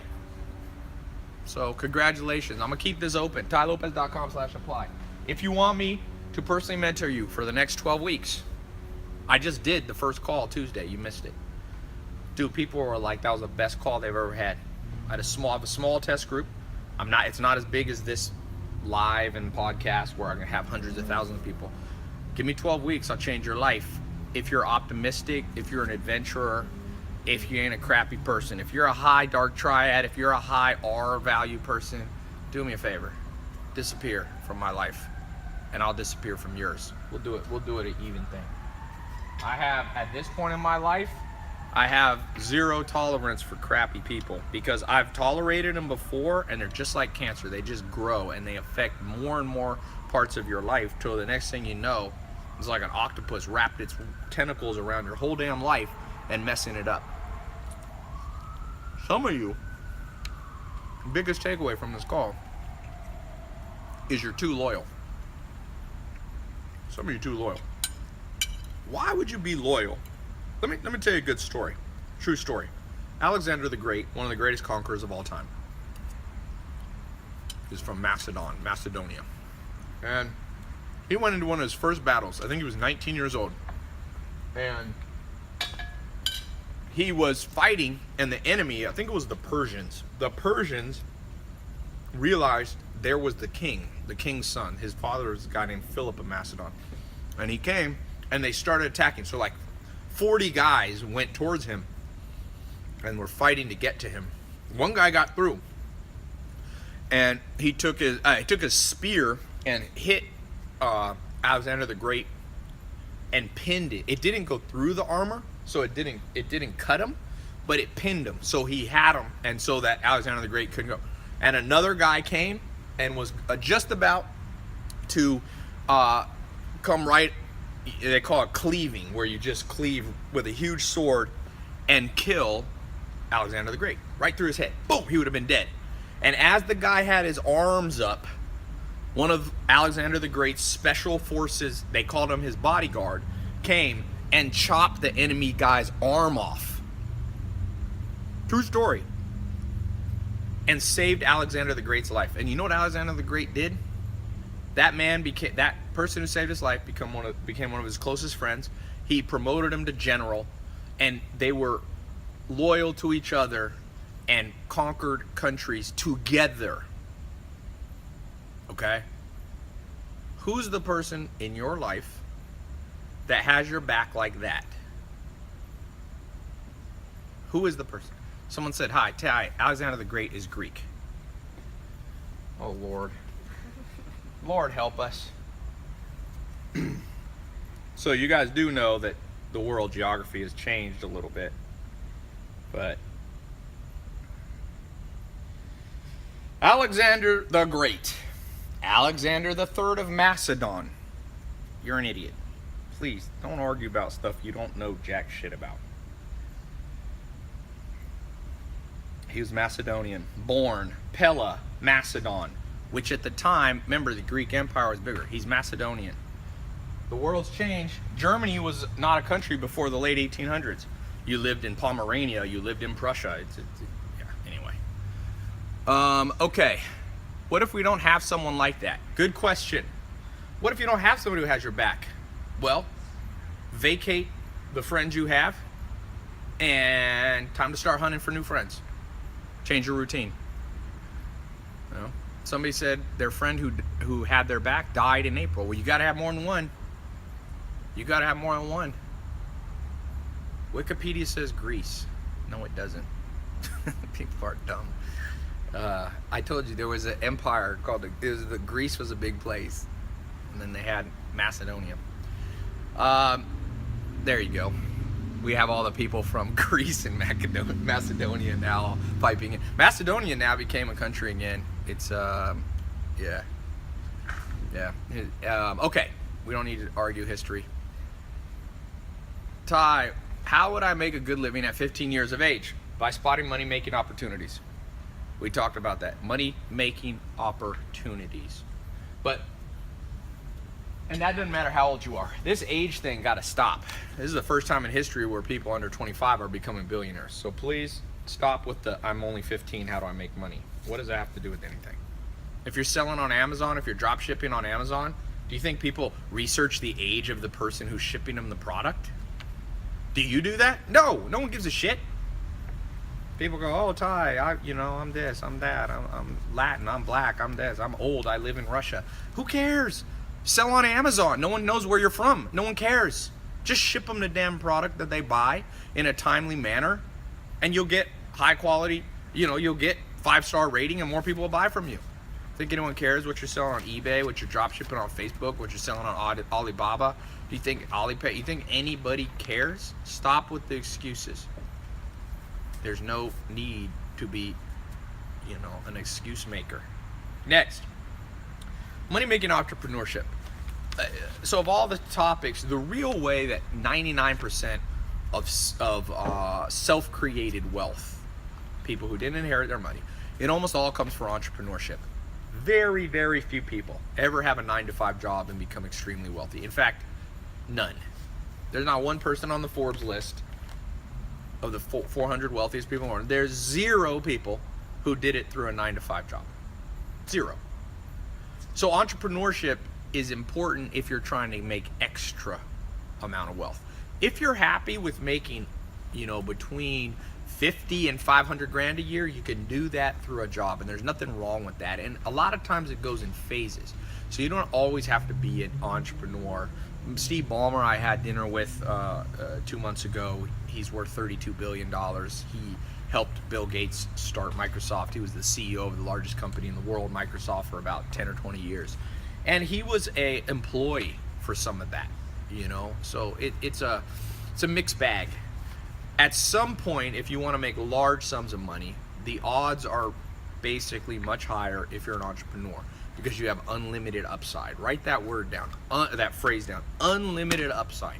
The reason I became an entrepreneur is because there was no limits. There's always a limit at a job. If you work in a job 9 to 5, I don't care if you're making 400 grand a year, you're not going to make $3 million a year unless it's a commission-based job.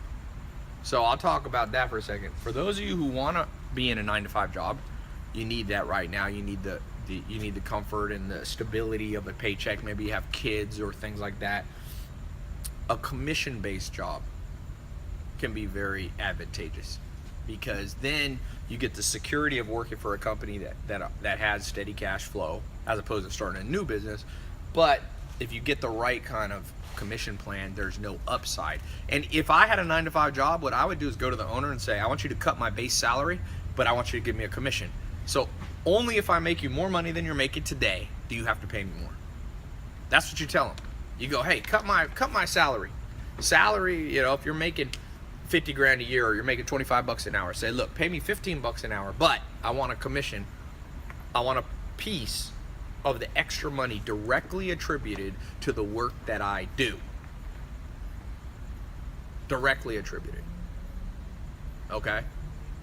So that's a great way if you don't want to be an entrepreneur. For those of you who are willing to take some risk, because not all entrepreneurial ventures succeed. Some entrepreneurial ventures that you start will fail. The average multimillionaire had 2 failed businesses, and the third one succeeded on average. Okay? So, for those of you okay with that, a lot of people too butthurt, too sensitive, too weak-willed to handle that. I was reading a quote by Mad Dog. He's an army general. And he's like, I love a brawl, man. He's like, I love a brawl. He went into Afghanistan and all that. He's like, these Taliban guys have been beating up women for not wearing veils. He's like, I'm ready to kick some ass. He's like, I got no empathy for them. I'm ready to blast some fools. If you have more of that personality type, you're probably a little more suited to be an entrepreneur. Because if you're not afraid of a brawl, of a fight, sometimes an entrepreneurial venture is a fight. You get in there and sometimes you get punched in the face and it ain't going so well. And so if that's you, and you're not someone always butthurt and always, Tai, I get people like starting business and like, wait, Tai, I didn't make 100 grand the first month. If you're that person, if you don't understand how the game of life goes, that there will be obstacles, if you always have low what's called diligence, the second something gets tough, you disappear, stay in a 9 to 5 job. Okay? If you stay awake at night all the time thinking about finances, if you have a high fear factor, high emotionality factor, you probably want to skip being an entrepreneur. But for those of you, probably about 20% of people here, who are like, I don't mind a fight, I don't mind a brawl. Opportunities everywhere. Whiteboards, iPhone covers, this, the next Uber, food delivery business. Start a gym that not only has a gym. How about this? How come nobody has a gym that has damn intellectual classes in it?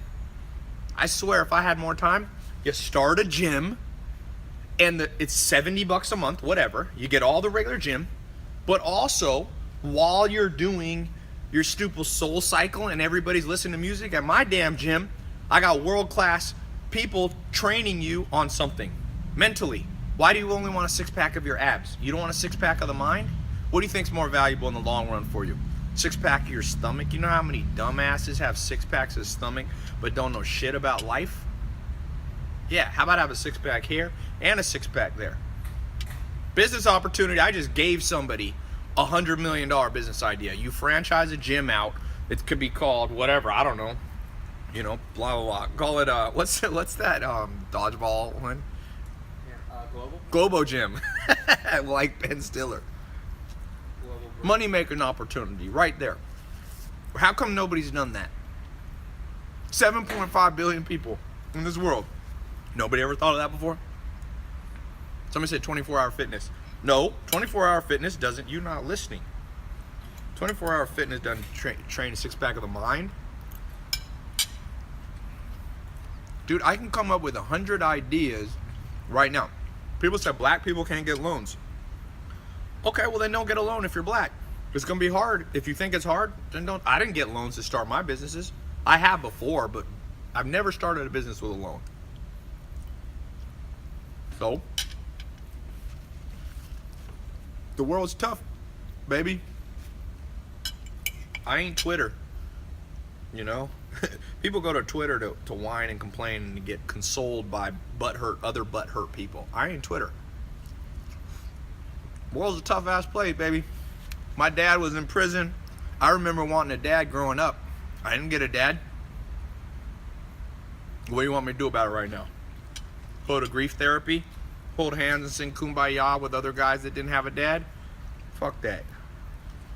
Where's the mad dog? Where's the mad dog tough people? Where's the Navy SEAL mindset people? The world needs less. If we had more Navy SEAL people, we wouldn't have a problem with North Korea. His own people would have taken him out. That's what should happen. Adolf Hitler's time, his own people should have taken him out. One guy tried. Dietrich Bonhoeffer blew up a bomb to assassinate Hitler, but the bomb was misplaced. And it only hurt him. It didn't kill him. Where the hell were the rest of the Dietrich Bonhoeffers?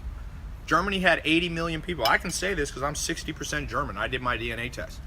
My grandma hates Germans. And she's my grandma's 100% German, born in Berlin. She thinks Germans are cowards. Now, she was born in 1918. But she goes, what the hell's wrong with this whole country? No one stood up to Hitler? Fuck that. You get a dictator like that, take out your own problems. This Kim Jong-un guy causing problems for the whole world. So I'm going to take this dude out. We need tougher people in this world. Okay? You got to be tough enough to take your life into your own hands and move forward. So if you're black and your bank won't give you a loan, you got two choices. You can wait 100 years, because that's the approximate time that change takes in society, about 100 years, and then you'll be dead. And you can tell everybody, oh, well, I just couldn't start. Or you can get rich now. Or do your best, or die trying. You know? I'm going to take some more questions real quick. I'm a student from India doing bachelor degree. Oh, man, these come through fast. Someone said, Ty, you're making that burrito look lit as fuck. Well, burrito business. Man, here's a good business for you. Pick one simple product and sell it over and over. I got one for you. Burrito delivery. Here's why I like this idea. Number one, you deliver it to businesses. You say, you pick a flat price. People love flat prices. $5. 3 types of burritos only. No, 2 types. See, In-N-Out Burger, one of the most profitable burger places in the world, we have like 2 or 3 choices. So you say 2 types of burritos: vegan, non-vegan. You go and get your kitchen inspected. In most countries, you gotta get your kitchen inspected by law. Okay, you get a kitchen inspected. It's not that expensive to do. Or you can rent space at a kitchen.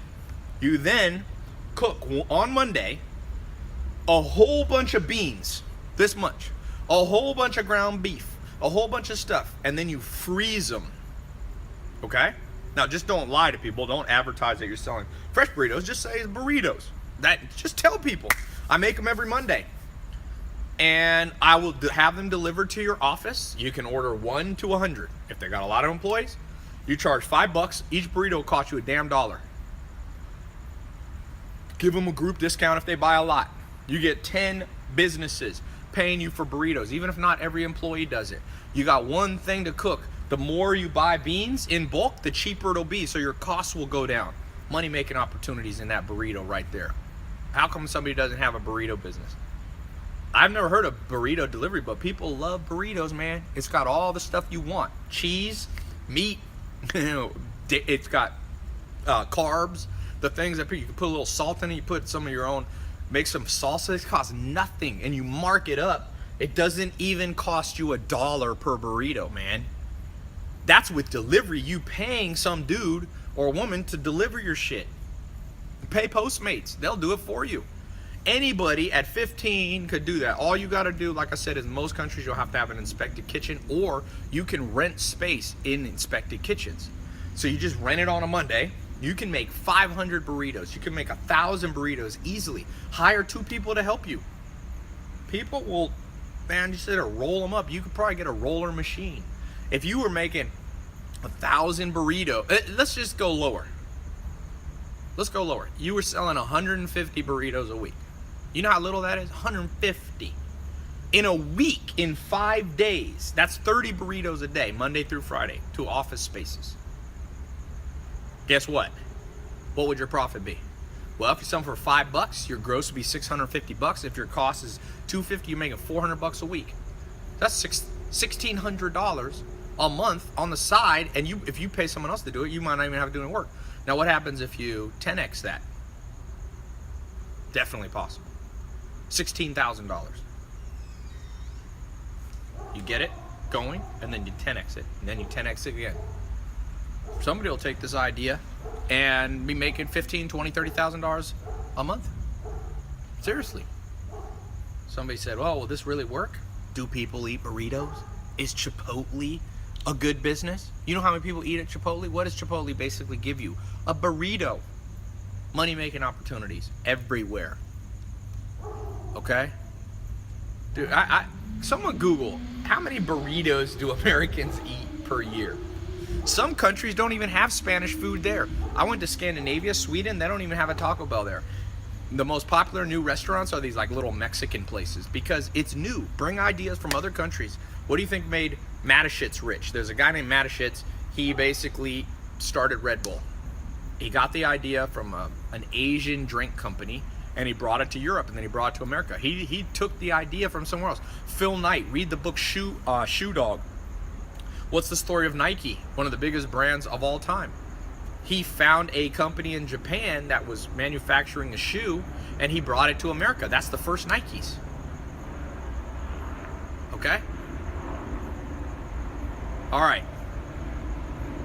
Somebody asked, do you make a restaurant? No, restaurants are too hard to start because you got a lot of expenses. Deliver food. Nobody wants to go to restaurants. People want stuff delivered. Retail businesses, over 100 retail businesses are set to go bankrupt in the next 12 months. I just read that, I think in Harvard Business Review. Over 100 businesses. True Religion went bankrupt. Nasty Gal went bankrupt. American Apparel went bankrupt. Sears is about to go bankrupt. I mean, these countries, Sears I think already been bankrupt. JCPenney. People aren't shopping. They want it brought to them. Remember how I said we live in the weakest society ever? Well, there's one thing you can do. Weak society, give them what they want and they'll pay you for it. People don't want the inconvenience of going to Chipotle when you could bring them just as good of a burrito right to their office. People are late. Look how fat people are. People don't even want to walk to their car. Bring them shit. Really. So why would you start a restaurant? There we go. Someone said Americans eat 300 million burritos a year. I don't know if that's right, but possibly. Money-making opportunities. What's your excuse? I promise you it's this one thing. Your brain was improperly programmed just like my brain was. You must rewire your brain. Your current wiring of your brain will get you the results that you're getting right now. If you're making 50 grand a year, that's the wiring you have. And people go, I want more. No one cares what you want. It's what you're wired for. Nobody cares what you want. Someone said over 300 million burritos are consumed a month. I have no idea if that's true, but we can say there's a ton of burritos that are being, manufactured, eaten. This one says 310 million a month. Yeah, there's a ton. It's a huge market. One of you can become a millionaire from burritos. You could. Will you? As I told you, 50% of people too ignorant. This is how it basically breaks down. About 50% of people too ignorant. I'll draw a little graph here because that won't turn. This is basically how opportunities go. 50% of people suck. How about that? They just do. They're low quality people. They got low.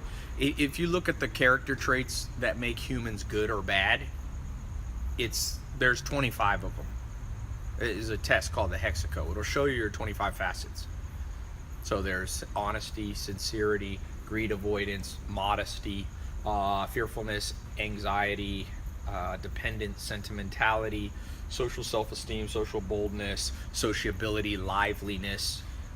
Then you have agreeableness, which is forgiveness, gentleness, patience, flexibility.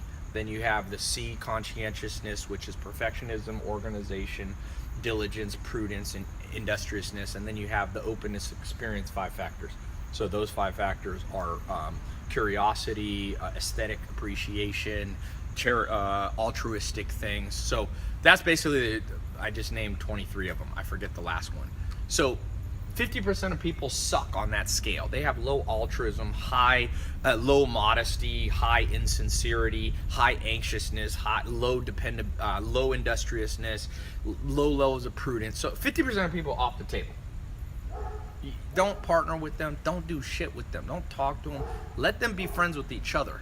That's the best thing you can do. Okay? Now, then it splits up. And by the way, this applies to lots of stuff.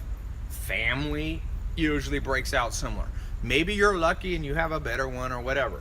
Then it splits again. So now 50, 25, 25. Okay? Now, this 25 has potential, okay? But they're lazy and procrastinate. So there's people who would be loyal to you, but it takes too much energy. If you don't believe me, I got an instant test for you. Just text a little joke text, but don't tell them it's a joke. Just say, hey guys, I'm moving. Will you come help me move this Saturday? Just tell them that. Text 10 people that you know, family, friends, and acquaintances, and say, I need help moving at 8 in the morning this Saturday. I can't afford a mover. Would you mind helping me? Mark my words, out of 10 of those people, 50% suck. They won't even write you a text back. They'll pretend to ignore your text. Okay? 25% will go, oh, and they'll want to help you, but they'll never show up because they're lazy and they procrastinate. They'll send you a text last minute. Oh my God, I was going to help you, but then my dog got sick and I got to take to the vet, and my friend, I forgot about my appointment. I got to do CrossFit. God, I get blah, 25%. And then you got the 25% of people with potential. So out of every 10 people that you text, you'll probably get 2 people that'll show up. That'll never change, that ratio. That'll never change. Family. Text 10 of the people that you know. 10 of the people you're related to. It's gonna be the same thing. 5 people aren't gonna write you back. Not when you ask for help, because most people are exploitative. Exploitation basically means when they text you asking for your help, if you don't show up, they'll flip the fuck out. You know somebody like that? I knew somebody, a funny story. When I first moved to Hollywood, I had a house over on Sunset.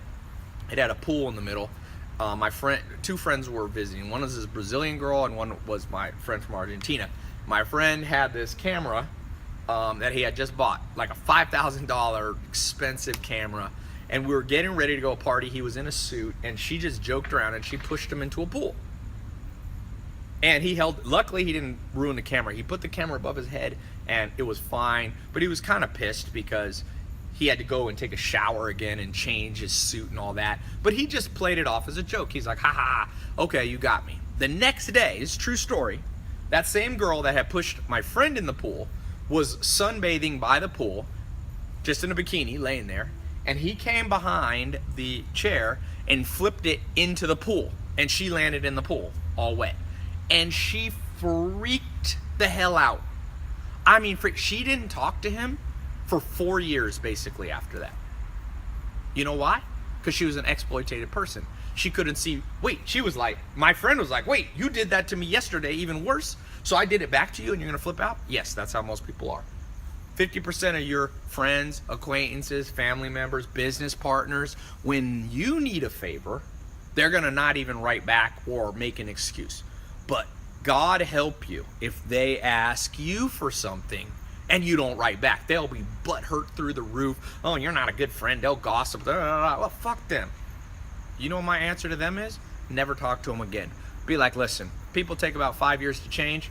It's August 8th, 2017. Let's go out to lunch in August 22. That's what I would say. August 8th, 2022. Let's go to lunch. Post a picture of you succeeding on your Facebook. Just do it. Post a picture of you succeeding and showing you with something cool. A paycheck bonus that you got, a new car that you bought, something awesome that you spoiled yourself. Post it on your personal Facebook. Mark my words. Some people are going to write, oh, well, look who's got a big head. Oh, look who has an ego. Oh, look. That means they're taking it personally that you're succeeding. I call that smoking out the haters. It's like tear gas. Now you know everybody on Facebook who's a piece of crap, who is over here. Look at comments. Comments will reveal to you everything you need to know about planet Earth right now. See, in the past, 100 years ago, horrible people were mostly had no friends and lived in their mother's basement. But now, because of the internet, the people in the basement can connect to everyone else.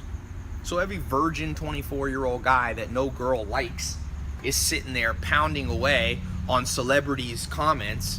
Justin Bieber, oh, you're a piece of crap. And I mean, God, how do we cut the damn internet to at least half of the world? I know that Mark Zuckerberg is on a global mission to bring more people connected to the internet. I'm like, how about an application for the internet? If you have the ignorance factor of 10 trillion, you are forever banned. You know what else will make the world a better place? You can't have kids till you go through a training program and prove you're not a piece of crap. Because piece of crap parents produce piece of crap kids. Look at Kim Jong-un. His father was a piece of shit, and so is he. And then it goes on and on and on. Where's the damn... People want regulations on all kinds of stuff. I'm like, you don't even regulate the right thing. Why not regulate parenthood? You gotta...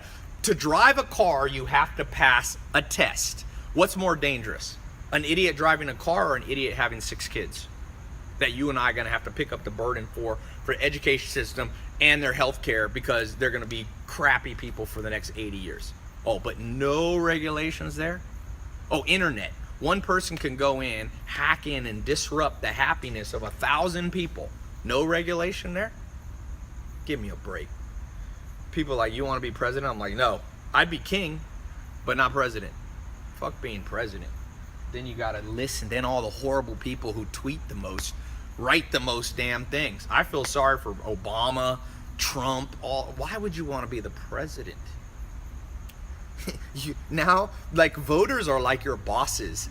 We know out of 330 million people in America, 165 million suck. So you got to have 165 million people be able to access your Twitter and write letters to the president. Oh my God. I had lunch with Adam Silver. He's the commissioner of the NBA, the National Basketball Association. He's the most powerful guy in sports. He was voted. Okay, so he told me people call up the NBA office. It's in uptown New York, Manhattan. If you're on my Snapchat, you saw I walked to it. It's like on Madison or something. I don't know. It's by this big church. It's near Central Park. And I go up there and I'm like, it's pretty cool because I love basketball, and I'm like meeting, the Adam Silver, powerful guy. So we're just sitting down, and while I was waiting, the secretary was like, Tai, I'm in your 67 steps. This pretty woman, boy, they had a pretty secretary. Zach was with me, Rome was with me, was like, who the hell is that? This Puerto Rican woman, she's probably about 30 years old, 28 years old, really nice. And she goes, I was like, what are you, because the phone was ringing, and I was like, who calls? And she's like, all throughout the season, people call up the NBA headquarters. I don't know how they get the phone number. They call up and complain about the refs.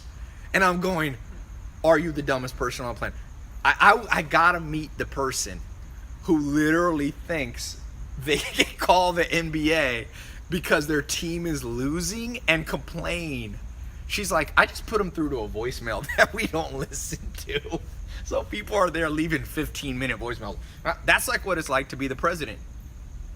That's what it's like to be the president. You got to listen to people that don't know anything about politics. They don't understand geopolitical. They can't even balance their own paycheck, and they're talking about your economic policies. That's all you got to say. This would be a rule. Oh, you want to talk about economic policies?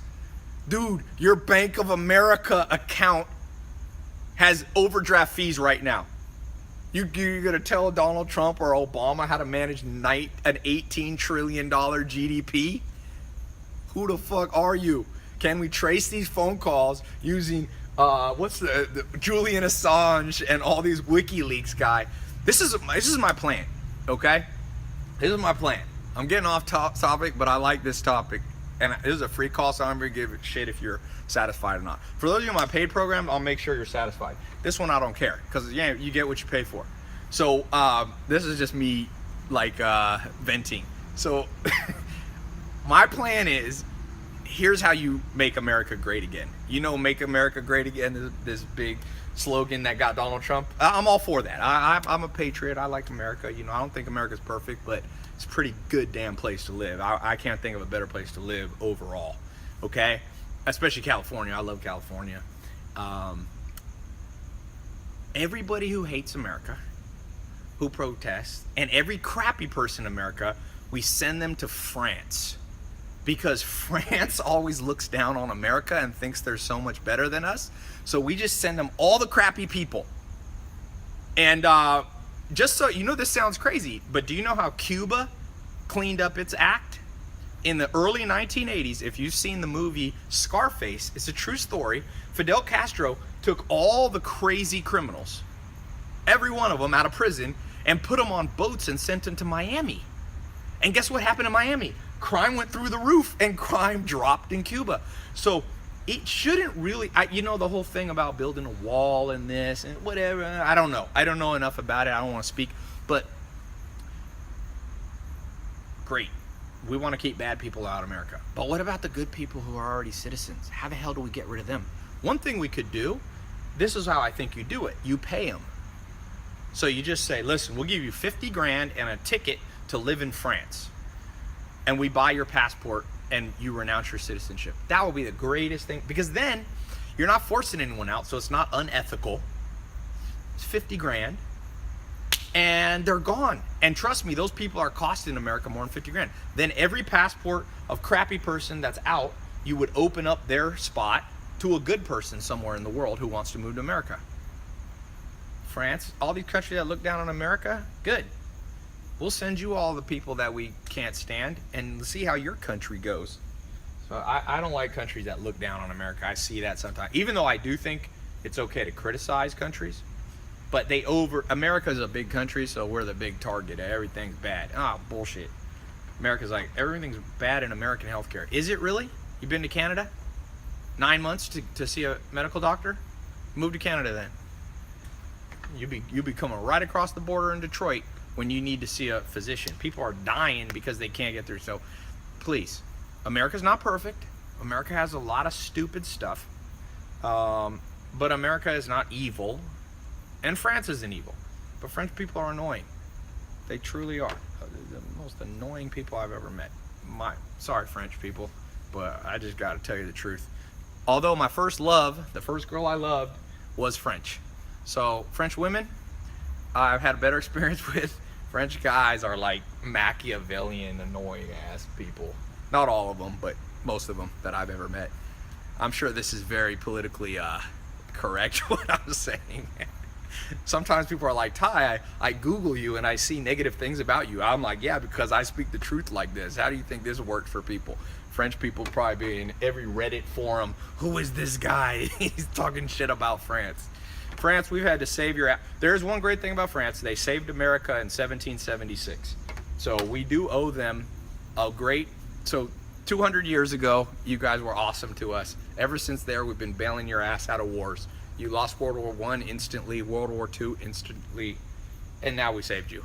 And now this Macron guy thinks he's so much greater than Donald Trump. I loved when Donald Trump... I'm not a big Donald Trump... I'm not a hater or a fan. I love when Donald Trump pulled Macron off balance. He was like, welcome to America, bitch. Blank. Pulled the guy off. That was funny. Okay, yes. France has great pancakes, though. French food is amazing. French has great style. They got great architecture. They got this.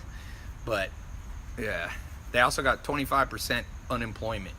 So that's why everybody's killing everybody there. Tai, France has a 6-month limit, so all the stupid people will return. Tai Lopez is an OG. America is evil, though. All right, we got our first candidate. What is your name? Where do you live? We'll buy your passport for 50 grand. You can live anywhere. North Korea. I'll pay you 100 grand to go to North Korea. Go try to assassinate Kim Jong-un for us. You know, why isn't anybody blowing themselves up with backpacks around that guy? People always, I don't understand terrorists. Terrorists are blowing up innocent people, kids. Kid don't have shit to do with anything. Where's the damn ISIS guy that goes to North Korea? You think North Korea is Muslim? No. Blow them up too.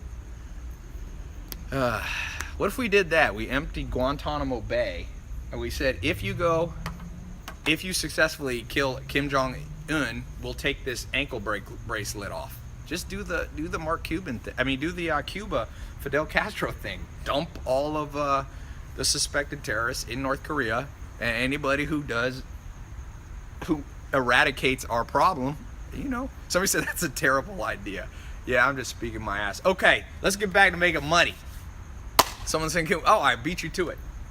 But, by the way, one of the things that I'm talking like this, because I want you to understand that you got to be able to think alternative thoughts. The way I think about life is shit you ain't heard before, right?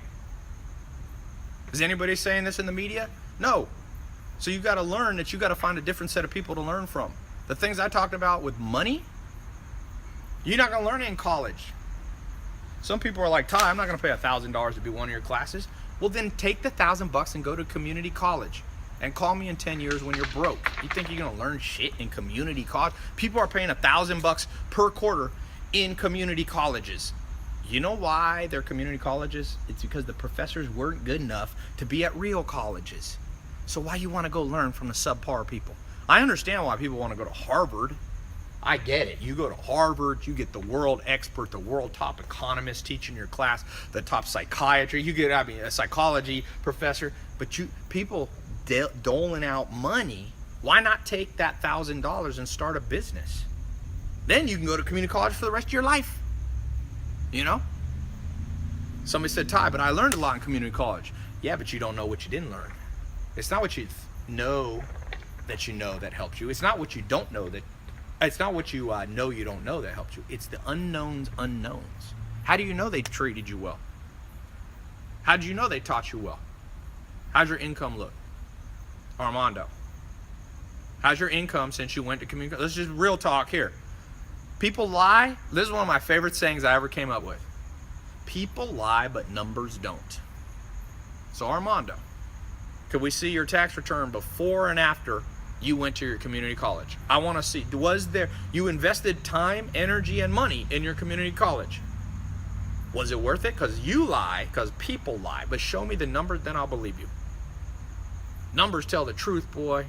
That's why I said, you text your 10 friends that you need help this Saturday. 5 of them, that's a number. Now you know 5 of them. Don't matter what they say. Oh, I couldn't make it, da da da da. You know? So, yeah. Okay. Tai. Someone said they dropped out of high school and made 500 grand a year. JC 69 New York. Cool. I don't always recommend dropping out of high school. I did go to high school. I don't even recommend dropping out of college. What I do is I recommend that you have the mindset that you don't just buy into something just because everybody does it. Just because your friend goes to community college doesn't mean it's going to work for you. Life has to be customized. You know, for some people, going to college is going to be the best choice of their life. For most people, it's going to be a waste of time. You can get your art history degree and your philosophy degree. I mean, I had a member of my family, I won't say who. Let me just run this by. He spent 4 years and 80 grand in debt to go to college to learn Spanish. I said, wait a second. Let's do an alternative reality. You could have traveled to Spain or Argentina or Puerto Rico or Colombia. You could have learned fluent Spanish from native speakers, gotten a job in that country, gotten paid, lived in an awesome country. You could have lived in all those countries 3 months each. But instead, you went to some school, and you can't speak Spanish now because you didn't learn it from native speakers. You weren't immersed in the society that speaks Spanish. Why would you get 80 grand in debt? That's stupid. I know people got an art history degree. You know how you get an art history degree in real life? Go travel to Egypt. Go travel to Greece. Go travel to ancient, go to Machu Picchu in Peru.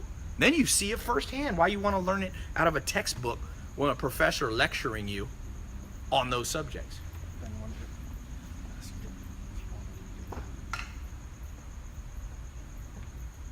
Yeah, we can do that maybe. Okay. So, for some people, college is a genius idea. For many, it's an idiotic idea. I'm gonna reset this Instagram here.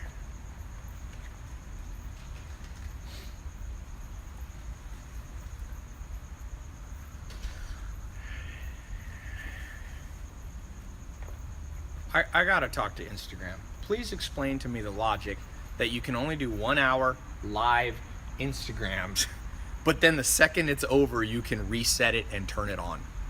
I'm going, I could understand if they're trying to save money on bandwidth, but then they should restrict it that you can't immediately go live again.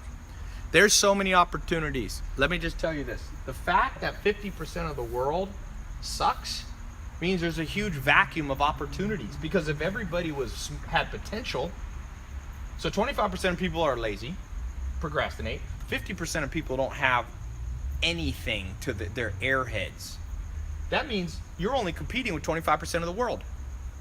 But guess what? All these people got to buy food, they got to buy products, so you can sell to them.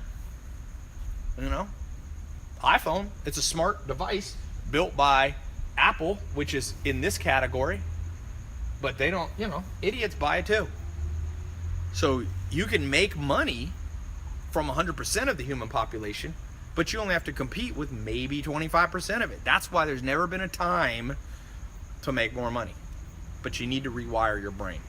These talks I do, these podcasts I do, my social media, some of it's me just doing my life, but some of it is I want to pass on the reprogramming that I got. I learned from people that think outside of the box to the 100th degree. If you think my ideas are crazy, my mentor Joel Salatin was thinking out of the box 100 times more than I am. My idea about sending people to France, he already thought of that and has a 10-time better, more crazy idea that would actually work. Start thinking out of the box. The status quo. What did Thoreau say? The mass of men lead lives of quiet desperation. What's called resignation is confirmed desperation. So let's talk about this for a second. If you're under financial pressure, who here is under tremendous financial pressure at this juncture in your life? It can come from many things. It can come from systemic poverty. You grew up in it, you didn't know better. It can come from bad choices. It can come from changes in economy. It can come from things outside of your control and things within your control. Let's talk about this to kind of wrap up. I'm not even sure what time it is. What time is it? 8:35. What time did I start? You start around 6:15. Oh, so this is 2 hours. Okay. Let me just say this because a few of you are going to have to go. You have 48 hours if you want me to personally mentor you for the next 12 weeks. I've never offered this before, ever. I've been asked this since 2013. I've always said no, but I decided to take a small test group of people, personally mentor you. We talk on the phone every Tuesday, a small group. I train you, and then I give you stuff to do Wednesday, Thursday, Friday, and Monday. Homework, 15 minutes a day. Only 15 minutes a day. That's the maximum you're allowed to spend on it. On Tuesdays, we spend an hour and a half together on the phone. You can ask questions. It's in a small group setting, okay? And then Tuesday, so I already did the first call on Tuesday. People were so blown away. They're like, this is the best thing that I've ever heard. It was more specific than this because here I'm talking to a wider audience. It wasn't, and I'm not taking you through a 12-week curriculum. 12-week curriculum that I created, okay? If you don't think I got jack shit to teach you, please don't go. But I'll tell you this, I got you watching me. Anybody who has you watching them, you better pay attention to how they did it, especially if you don't like them. Sometimes when people are like, Tai, I don't like you, but I watch you. I'm like, that shows me how much fucking smarter I am than you. Not to be vain, okay, because I'm not the smartest person in the world. Some of you are smarter than me on this call, and some of you are dumber. But it blows my mind that people don't realize, wait a sec, that's why the Kardashians, they are laughing. Did you see that the youngest Kardashian, Kylie, has made $400 selling makeup? All those shit talkers about the Kardashians is free PR. You know how expensive PR is? In Los Angeles, if you try to get a top PR agency you pay them to give you viral press, it will cost you between $20,000 and $200,000 a month. Okay? $20,000 to $200,000. Do you think that the Kardashians have a PR agency? No. All the people out there here that suck sit there and write on their own Facebook, Instagram, Twitter, YouTube about the Kardashians. 25% of people see that and go, what is that? And go buy Kylie's lip gloss and Kim Kardashian's phone case and her download. And the other people are poor and can't figure out why. And I'm like, because you're making Kylie Jenner rich. Over $400 million in lipstick kits. She's 18, or maybe did she turn 19 now? So all of those you who are critics, eternal critics, you go and you talk about other people. We love you. We thank you. And you should send us an invoice because I probably owe you money. There's Reddit threads about me. There's theories. But the viral videos where like people are making fun of my hair in my garage, they don't realize I encourage those. I got over 1 billion impressions. People are like, Despacito? Okay, that got 3 billion. But the Despacito guy didn't make any money from that YouTube shit. That goes to Vivo. I got 1 billion impressions. I encourage it. Remember I told you about being thick-skinned? Go into the fray. Go into the battle, man. I don't care. People talk shit about me. Any of those people come in person, I will blast them, embarrass them on live call. I'm like, all you people who talk shit about me, come have a debate with me one-on-one. You want to see? You want to have a battle of the wits? Good. I'll put in front of 300,000 people. I will bake your ass. I'll fucking deliver you back home to your mommy. But I want it. I crave it. I need it because I don't want to spend 20 grand. All the French people that are going to now get mad about me, saying that French people are annoying as shit, French guys are, which they are, in my experience, they're going to be writing all over French version of Reddit, this fucking Tai Lopez guy. And guess how much my bill will be in France? 0. And guess how much viral press I'll get? It's the best thing that can ever happen to you. If you ain't got haters, you ain't popping. Millionaire mentor mindset. One of the things you'll learn is how to get thick skin, how to encourage it a little bit. One of my favorite stories, Shaquille O'Neal, the big basketball player, 7'2", 300-pound guy.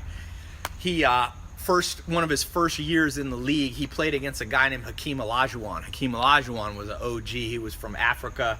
He was, I think, from Nigeria. He played for the Houston Rockets. And Shaquille O'Neal was used to being able to bully people. Boy, he used to throw elbows when he played in college and high school. And he said, I'm 7'2", 300 pounds. When I elbow somebody, people get scared. And he said he was playing basketball his first year against Hakeem Olajuwon, and he came down and he threw an elbow and hit Hakeem Olajuwon right in the chest as hard as he could with his elbow. And he said Hakeem Olajuwon, when they were running back after the play, whispered in his ear, go, good one, try it again. He psyched out Shaquille O'Neal. Shaquille O'Neal never met somebody that tough. That's what you have to become. Some of you going to start a business, you go bankrupt, you call up the banks and be like, hey, you're going to foreclose on me now. When I'm in Forbes, I'm going to write a fucking, what's your name? Oh, Bob, you work at Bank of America? You about to close down on my business? You won't give me a second chance? I'm going to write a story about you one day. I'm going to embarrass your ass in front of all the people who read my Forbes article. Who cares? What are you afraid of? What you guys afraid of? Sometimes people go, oh, I'm afraid to start a business because what if I lose money? That's not the millionaire mentor mindset. I didn't teach you that. Shit, if I ain't losing money, I'm not experimenting enough. I want to I did an experiment this year, and I've been losing. It was a specific experiment in another country, and it's going to cost me in losses 17,000 times 12, so roughly 200 grand. And I'm excited. I'm gonna lose 200 grand in that one venture, but I'll make tens of millions of dollars back. I don't give a shit. And I'm happy because if I'm not losing 17 grand over here a month in this new experiment, then I'm not experimenting enough. You want to get hit between, so I gotta get hit between the chest and go, oh, you're losing 17 grand in this overseas experiment you were doing, and I'll be like, haha, good one. Throw something tougher at me. That ain't tough enough for me. 17 grand doesn't even phase me a month. Doesn't phase me. Some people here are like, well, what if I start a business and I lose $3,000? $3,000 phases you? You're in a poverty mindset. I feel bad for you. I grew up in that mindset. My mom said, Ty, when I was growing up, she never had more than $100 or $200 to spend on Christmas. She goes, I save all year, extra money to be able to buy you Christmas presents, and I can save $200 a year. She used to tell me, what do you want? And I would pick out the toys, and it had to add up to, in 1 year, my mom could not save more than $20 a month. That's how tight bills were. So don't bullshit me and whine to me that your life's tough. Some of you might have a tougher life than me. There's some of you might be in countries where you're starving to death. You have it worse than me, and some of you don't. I didn't inherit my money, okay?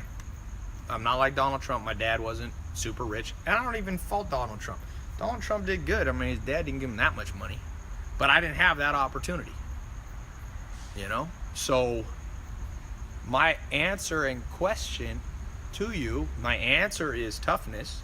My question is, what are you afraid of? Fear one thing, and that's living a crappy life.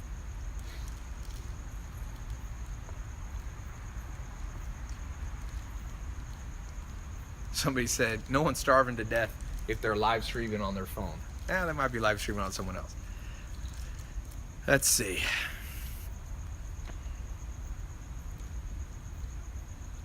Tai Lopez is a motivational speaker, not a businessman. Shit. You don't know shit. I just started a business, another business last year, October. It's already making $1 million a month. I'm a fucking businessman, son. You know how many hours I put into that business so far? Under 30 in 8 months, and it's making $1 million a month. What do you mean? I'm a smart businessman. I know how to make 10 times the money with a tenth of the work. I'm not a motivational speaker. No, sir. No, I don't care enough about most people to want to motivate them. I do like motivating a small percentage of good people, but I'm a businessman. Businessman. Nah, I'm a businessman. All right, Ty, I wish... Mentor Box, yeah, that's the company. Mentor Box. This thing will be on this will be on the ink list. I don't even put any work. I spend 5 minutes a day on that business. I got somebody else to run it. I own half of it. It's not bad, right? It's probably worth $50 million in 8 months. So, that's a businessman. You don't know what you're talking about. Now, there's some businessmen better than me. I told you I had dinner with Steve Ballmer, and I was embarrassed. He's like, how much money do your businesses make? And I'm like, I can't even say it to this guy. This guy, if you're not making $1 billion a month, you're like a chump. So I was like, so you know, there's always someone better than you. I don't think I'm the baddest ass businessman, but I am a businessman. You know, I am a businessman. I just don't. Some businessmen talk. You know what? I more talk about my lifestyle, so people think my life's all about Lamborghinis and Ferraris. I'm like, where do you think the Lamborghinis and Ferraris come from, man? Businesses. Come on, man.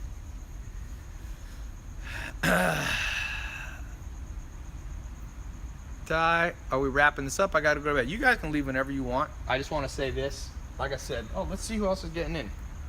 Let me congratulate some more people who actually take. I told you I'm down for the people who are down for me. The rest of the people. Faisal got in. Texas. I get a little list here you guys can see. I use Yahoo. I hate Yahoo Mail, so I use it to get alerts.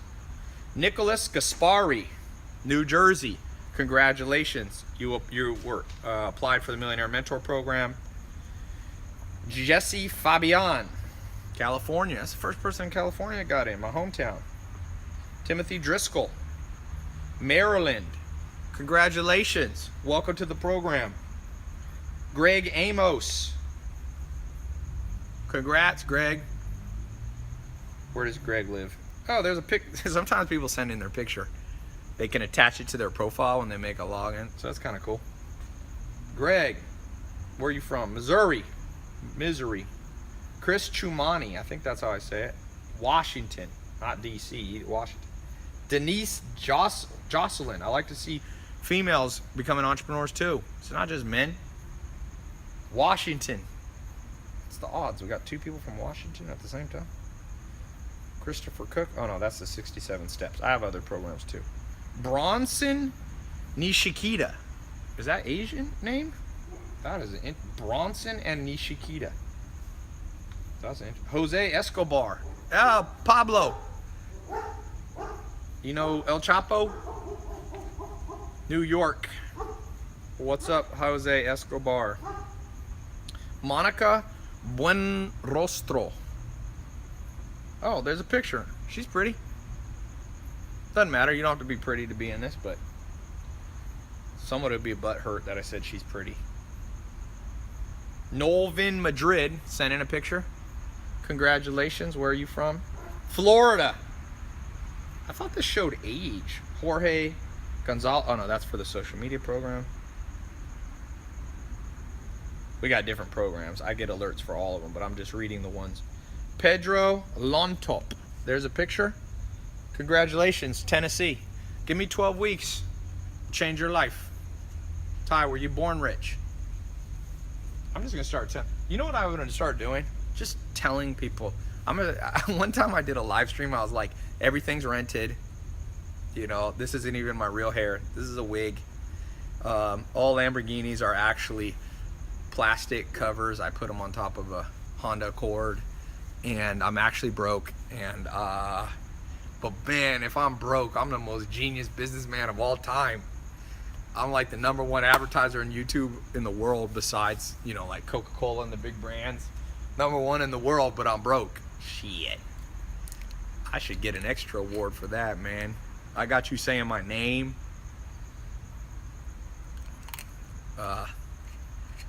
Then I should do even more programs. How to get 200 million people to follow you when you're an idiot, broke, and actually live in your mom's basement. For some of you, that would be a good ass course, boy, because that is a perfect description. Water. You talk about the best business. This is a business I'm getting into. Water. Clean damn water. Anything related to water is going to be big. Desalinization techniques, purifying water, water bottle companies, vitamin infusion water. Right now, Coca-Cola will buy businesses for 10x gross revenue. 10x gross revenue, not 1x gross revenue. That's a normal multiple for sale. $10 million in revenue, you can sell a company for $100 million. You know how little water you have? You got to just get 7-Eleven to pick it up nationally, and you got 10 million in sales. Somebody said, Tai, are you worth 5 million? I saw that online. Shit. Here's my recommendation. If you can get an article online that says you make less money and are worth less than you actually are, you are a lucky man. The more money that people think you have, the more likely you're going to get sued, the more likely you're going to get gold diggers. Never tell people how much you make. If you're worth $100 million, write an article online that you're worth $5 million. Shit, you never read The Art of War? Sun Tzu? The wise general doesn't reveal all his strengths. What are you, a dumb general? You think you think a smart general, Alexander the Great, would send a messenger to his enemy going, all right, I'm coming at you with 10,000 troops, 3,000 cavalry, 5,000 regular infantry, and 2,000 bodyguard. You think he did that? No, you make it look like you got 100 troops. Art of War. Why don't you read that? It's a free book on iBooks. It was written 2,000 years ago, so it can't be copyrighted, trademarked. It can't really be sold. I mean, a physical copy, they can charge you because they have to print it, and they can write a foreword and stuff. But it's a free book. Why haven't you read it? It's the most read business book by top CEOs in the world. Why aren't you not reading The Art of War? Making money is a little bit like war. It's a little bit like a chess game. You got to be able to read moves ahead. You have to be able to sometimes do what's called a feint, where you go that way, but you actually go that way. Watch a UFC fight. You think Conor McGregor versus Floyd Mayweather, you think they're going to tell everybody their strategy? Hey, Conor, I'm Floyd. This is what I'm going to do. Hey, Floyd, I'm Conor. No, nobody tells. Nobody tells. You see that Conor McGregor released a video, and he was punching the bag, but he was doing it real slow, and it looked like he sucked. And people were going, oh, he's going to get killed by Floyd. Do you think that's actually you don't think Conor can box better than that? That's a trick. And half the world just went along with it. I saw the Twitter comments like, this dude can't box. Conor McGregor is going slow. I'm like, dude, the guy is tricking his enemy. Business is about taking down the losers, taking money, making profit. I mean, look, here's the thing about business. You can be nice and make money. What I like to do is ignore these people. I don't necessarily go to war with these people, because going to war with idiots, they have nothing to lose. So that's why I said, with your family or with your friends or with your business partner now, with Millionaire Mentor relationship training that I learned, you don't necessarily aggressively attack them. Like if somebody leaves you a nasty comment on your Facebook, they're horrible people. Why are you going to try to negotiate with them? Don't negotiate with fools. You just cut them out. That's what I do. There's people on my phone that think that I'm still friends with them, but I know they're bad people. So if I tell them the truth that they're bad people, they'll flip out. So they're always like, hey, Ty, you want to go out to lunch? And I'm like, I'm busy right now, but let's do it soon. Or I'm traveling. You don't want to lie to people, but I'm not going to level with every single fool in the world, because every once in a while a fool will pull out a gun and shoot you. Then it's game over and you lost. So basically, you fade away from people. You fade away. That's what I do. Okay? Somebody said, how do I know that the niche I'm doing is contributing toward the purpose of my life? So when you start a business around something you're curious. What are you curious about? Helly! Ando, hush! Why do we have them locked up? Why are they behind there? I don't know. Should we let them out? I mean, were you worried because we have the cables here? Yeah, actually. They'll be fine. They're not locked up. They're in a big quarter of an acre area they can run around.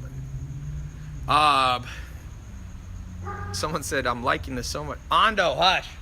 I got 2 German Shepherds. They're very protective. To start a business involving producing an item for a factory that needs a factory, always start businesses that take little startup capital. A guy on the first Millionaire Mentor call, which some of you already missed, so I said you got till Friday. I don't want you missing more than one. He said to me, Ty, I want to start a cafe, and it's $100,000 for the lease and the equipment. Should I do it? I said no.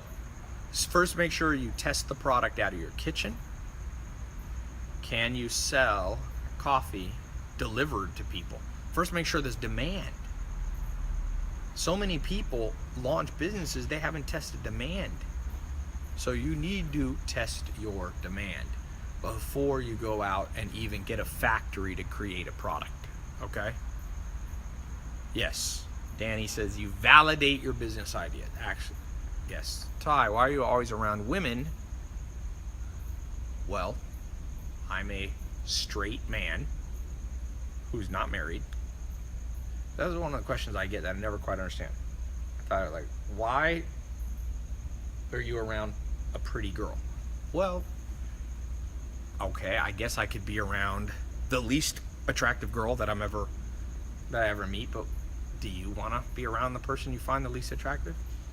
I never understood that. That's a whole line of thinking that's on the internet. That's like Tai pays Kate to be here and all this shit. Kate, you should pay me. Anyway, but people always try to figure out the girl thing. You know what? I don't know why. I've gotten a nightclub business and more than 10 years ago. There was a lot of pretty women around there. Just by the nature of the business, you know. I had nightclubs in North Carolina, Parazod, George's Garage, Spice Street, Red Room. I sold that business in 2010 or so to my best friend. And I started other business, and I was like, I guess I just carried that habit over. You know, but not everybody around, all the women around me aren't beautiful in terms of like, it's not like I'm not friends, but I think it's normal to want to be around people you're attracted to. So whatever you're attracted to, go after it. It's a very common question. I can't figure it out. But as I told you, 50% of people can't think. So 50% of the comments, it's been a great social experiment. As each of you become more successful in your business ventures, you're going to have exposure to more people, and it's going to shock you, because some of you are like, Ty's pessimistic. You know, most of the world isn't like this, and I'm actually optimist. It's probably worse than this. It's probably like 1% has the potential to be badass, and 80% suck, and you know, the other 19% procrastinate. So yeah, yes, the hardest thing to do is think. Tai, what if you're young and you can't afford the Millionaire Mentor program? What do you do? Well, I got a free call. This is a free call. You do with what you got. But I'm going to tell you this. People find money for things they really want. In my life, when I've had a definite concrete goal and I've set my mind towards it, I was actually talking to my CPA today because I'm working on 2 big real estate projects. One is a farm in Virginia, and one is a big piece of land in Los Angeles County. And they're expensive, man. They're big deals. These are not like $1 million deals. These are, 8-figure deals. And I'm trying to do it all by myself without really having investors or anything like that. And so I said to my CPA, John, I have a couple CPAs who work for me, but this one is kind of the senior guy. I said, whenever I set my mind upon something with a concrete goal and enough time to fulfill it, I'm able to pull it off. That's my life experience. It didn't matter what the amount of money. A few years ago, I had to pay somebody back. We had a business. It wasn't a loan, but it got complicated, and we weren't business partners yet. And they decided they wanted to do something else, and they're like, "Can you buy us out for 1.5? Tai, I want you to buy me out for 1.5 million bucks." And this is years ago, and at that point, that was a lot of money. I mean, 1.5 million, it's a chunk of change. And I was like, okay, and we picked a date, and I set my goal, and I paid it off early. But if I hadn't had that goal, I would not have I guess I would have made less money is what I'm trying to say. So for some of you, when you see something that's out there, and it looks too expensive, the drive to get that thing will actually propel you to higher income. What gets you out of procrastination is ambition. And ambition is almost always centered around a specific goal. Remember that. What gets you away from fear and procrastination is ambition. And ambition comes from a goal. And it's usually a finite deadline dollar amount goal. So I'll give you an example. If you just say like, I want to become a millionaire, it's not going to get you what you want. Or if you say you want to make 6 figures, it's not going to get you what you want. You have to pick, because you'll procrastinate. What you have to do is you have to do something like this. Let's say you're making 50 grand a year and you want to make 100 grand a year. You have to say, you got to be reasonable. Don't be overly optimistic. So don't say, I'm going to double my income this month. It's possible, but it's rare. Okay? Yes, you can find an article about someone who did it, but it's rare. And UNC coach Dean Smith, who coached Michael Jordan, he said he's heard the saying that it's better to dream for the stars, because even if you only get halfway, you get to the moon. He's like, bullshit. Set a realistic goal, hit that goal, and then set a new higher goal. So what I would do, if you're making 50 and the vision is that you'll be making 100 grand a year, say, what's a realistic time frame? If you were advising somebody beside yourself, a younger brother, a younger sister, what would you say to them? Would you advise your younger brother who's making 50 grand and wants to make 100? Okay, set the goal that next week you'll have doubled your income. No, you wouldn't tell them that, because you're going to give them good advice. You'd say, let's set a goal 18 months from now, 3 years from now, 2 years, something like that. I'd say 18 months to 3 years is realistic to go from 50 to 100 grand. Okay? And then you say, all right, let's divide it up. You're at 50, you've got to get to 150 in 3 years, 36 months. Divide that by the 50 grand increase in income you want. So what does that basically mean? That means you need to, in the next year, you need to go not from 50 to 100, you only need to go 50 to about 65, right?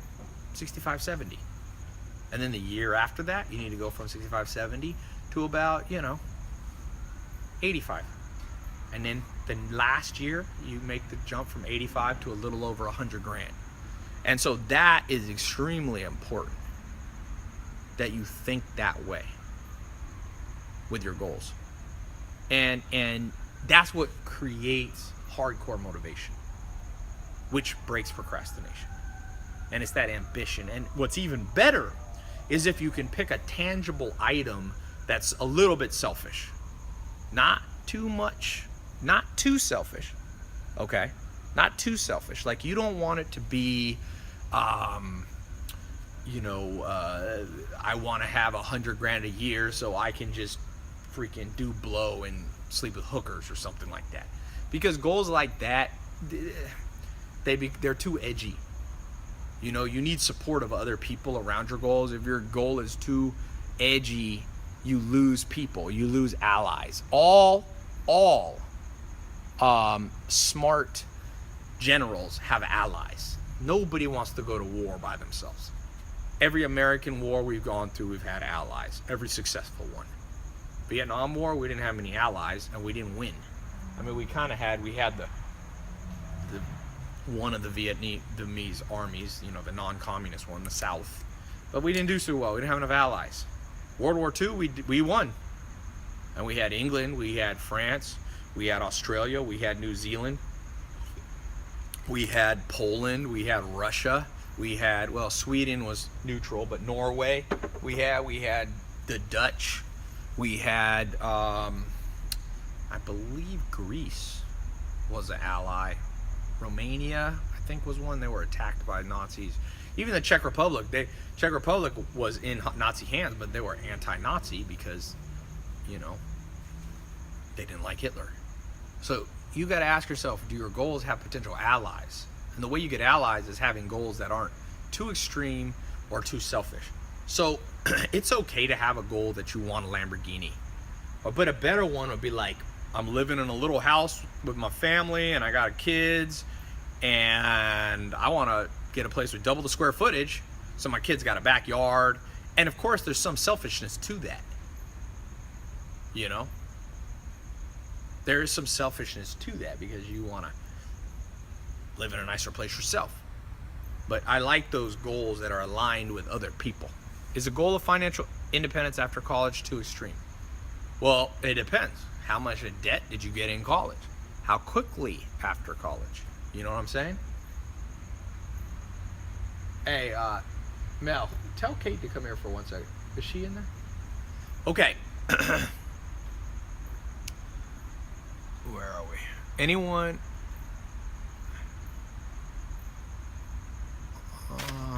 What's an advice that would give to your 20-year-old self? Man, if I could go, I'd just find more mentors. I know that I've said this over and over, and people want a different answer. They want some magical answer. Look, how would you become a better heart surgeon? You learn from a better heart surgeon. That's all. You want to be a badass mechanic? I got the exact answer for you. Go find a badass mechanic who's 20 years ahead of you in what they know. You want to do real estate? Go find somebody that's 20 years ahead of you in real estate. What else? What's your other plan?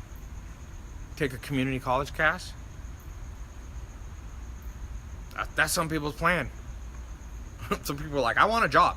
So my plan is to get an art history degree from college. That don't get you. First of all, what job are you getting? Are there a tremendous amount of art history jobs? My friend, my family member got a Spanish degree. What job did he want? I don't know. One of the 7 habits of highly effective people, you have to have the end in mind. What's the end in mind for you? Have you thought about that? What's the end in mind? You have to have the end in mind at all times. Tai, how would you know if it's the right mentor? Well, here's the deal. Mentors are just like this. 50% of them that you think are good will turn out to not be good. So give yourself some time. Over time, the truth will come out. Tai, I'm in the accelerator, ESK and SMMA. It's a good idea to join Millionaire Mentor. I think so. This is different. All those are good. But this is where the only program that I'm personally mentoring you in live versus pre-recorded. TaiLopez.com/apply. Someone said, I want to become like Tai. Okay. Don't become like me, man. Become your own version of whatever the hell you want. Pick and choose from me. Some of the things that I talk about will be advantageous for you, and some things won't. You know? A lot of people are looking for perfection in a mentor. I don't. Some of my mentors are bastards, and some of them are saints. Doesn't mean I can't learn from them. Does your personal trainer have to be a freaking god who lives only for charity? No, your personal trainer could be an asshole, but if they're a good personal trainer on that specific subject, you can learn. Why don't you work with Mark in there? Because I'm going to come in there after to work out. Are you not allowed to sweat? Yeah, I can't sweat. Just do it without sweating. Okay. But tell him to set up in there, because I'm about to be done. I'll be in there. Here, come say hello in here.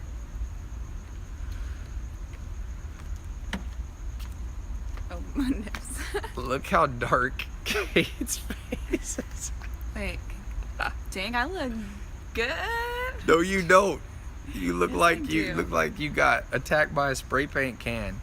It's gonna rinse off, and then I'm gonna be nice and bronze. God. He's so inside. Oh my gosh, nipples. I'm sorry. Why do women insist on fixing stuff that's not broken? You called me pale the other day. Don't even try to play. I know, and I said go out in the sun And get cancer. and get no. If you go less than about 15, there's a cool app called D-Minder built by a NASA scientist. It tells you exactly how many minutes to be in the sun that won't cause cancer. D-Minder, it's free. I don't make any money All on you guys it. go download that app. I'm gonna be nice and tan by standing. I'm gonna spray her with water. That shit's No, gonna don't. run off. I still Here, have come no. here, Kate. I still have Kate, to where's my dry. water bottle? No, seriously. You're gonna make me streak. She's gonna make me streak. I want to be nice and. Ah. Okay, I'm gonna go work out. You want to go in the pool? Let's do a pool party. No. The pool's that'll- right here. That'll waste it, and I charged it on you. So. Did you just get that on my? Don't get that. Don't touch me. You got. Kate has no. This is a nice shirt. Scotch and soda. I'm gonna get Scotch and soda tanning freaking salon on it. Okay, I need to get out of this. All right, well, hurry up. Keep your tan to yourself, somebody said. Thank you.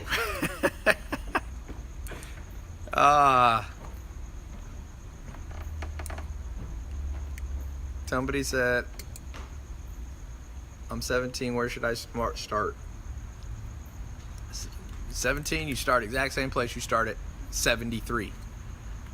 Remember, the only difference between being young and old from a business standpoint is basically nothing. That's what I want to say. So, there you go. People are expecting a different answer. Do you think if someone buys your product on Amazon or eBay or off a Facebook ad that they research your age? Why are people asking about it? People go, what's the technique to make money as a woman versus a man? 3 steps. 3 differences between making money as a woman and a man is... Okay, there's none. I mean, there kind of is. Like, people will treat you a little differently, but the actual economic mechanics, I can't think of one. And I'm not saying that to be a jerk. I've been trying to think of one for years. What is different about... Because it's like this. Because you're 17, you're not going to get a break. Nobody's going to go on. Let's say you're selling supplements on Amazon. Turmeric. That's hot right now. This herb called turmeric, this spice, it's healthy for you. So people selling turmeric on Amazon. Okay. So let's say you're 17 and you put turmeric on Amazon. You buy the bottle for $1 and you sell them for $5 and you do good viral marketing. People come to your Amazon page and buy. Okay. Nobody's going to go, you know what? This kid's 17. I could get this turmeric for $3, but I'm going to pay $5. No. They're going to get the cheapest one that's of the quality that they want. So you don't get a break. Positive. On the flip side, they do not say, well, wait a second. This looks like a good deal, a good product, good star ratings on Amazon. You know what? I'm about ready to buy, but I got to do a little research on the age of this kid. Or I got to do a little research. Is this a black woman? Is this an Asian man? Ooh, I don't know if I want to buy. Do you think anybody does that? No.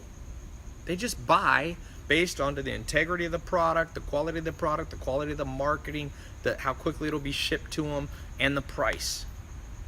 So what you have to obsess over is how you win on those things. And that's all that matters when it comes to age. Okay? That's what matters with age, gender, sexism, racism, transphobia. I don't even know all the phrases anymore. Phobias. Okay?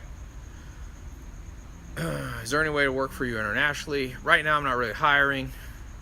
I got a lot of employees. I'm actually always looking to have less headache, but better ones. But I have good ones now.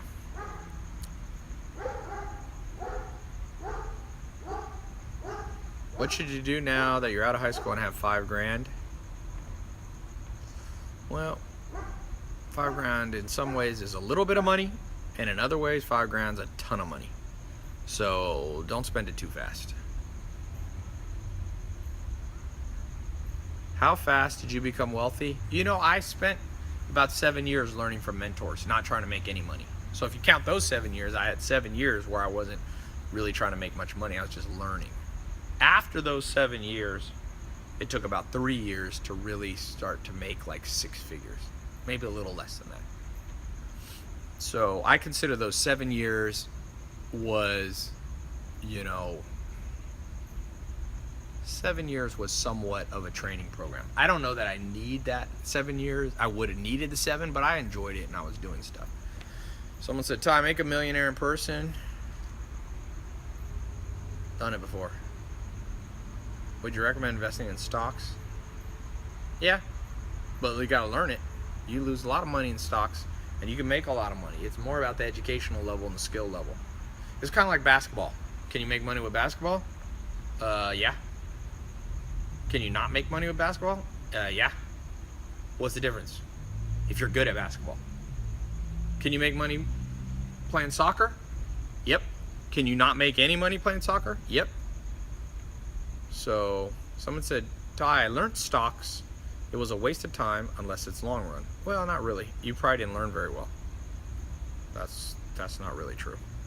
There's people who make money in stocks. Depends how much capital you start with. Depends how much risk you're willing to take. Some people in the stock market, the second it goes down, they sell. So they sell low and then they rebuy when it's high. That's the real problem, you know. Tai, do you make most of your money from affiliates? No.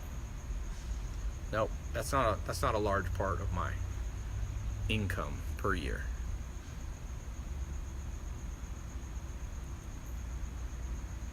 Man, YouTube comments come in insanely fast.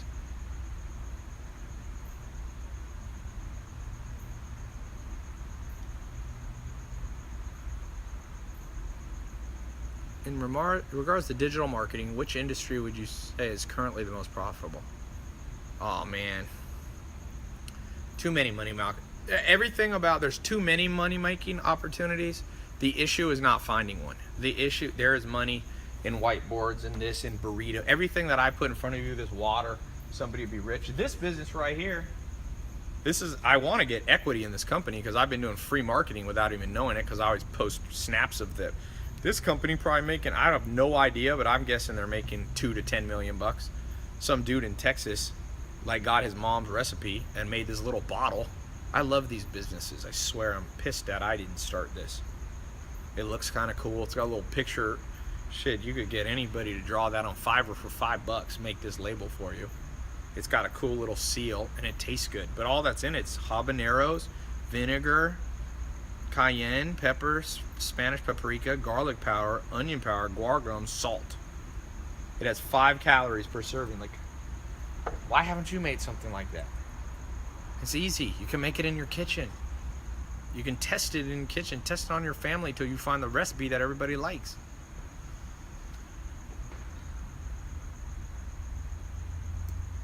Somebody said they're mad because they sold Facebook at $56 a share. You know what? Here's the deal. Never worry about other people making money that you missed. It's always going to happen.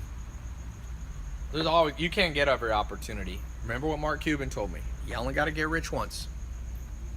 That's it. Then just don't lose the money.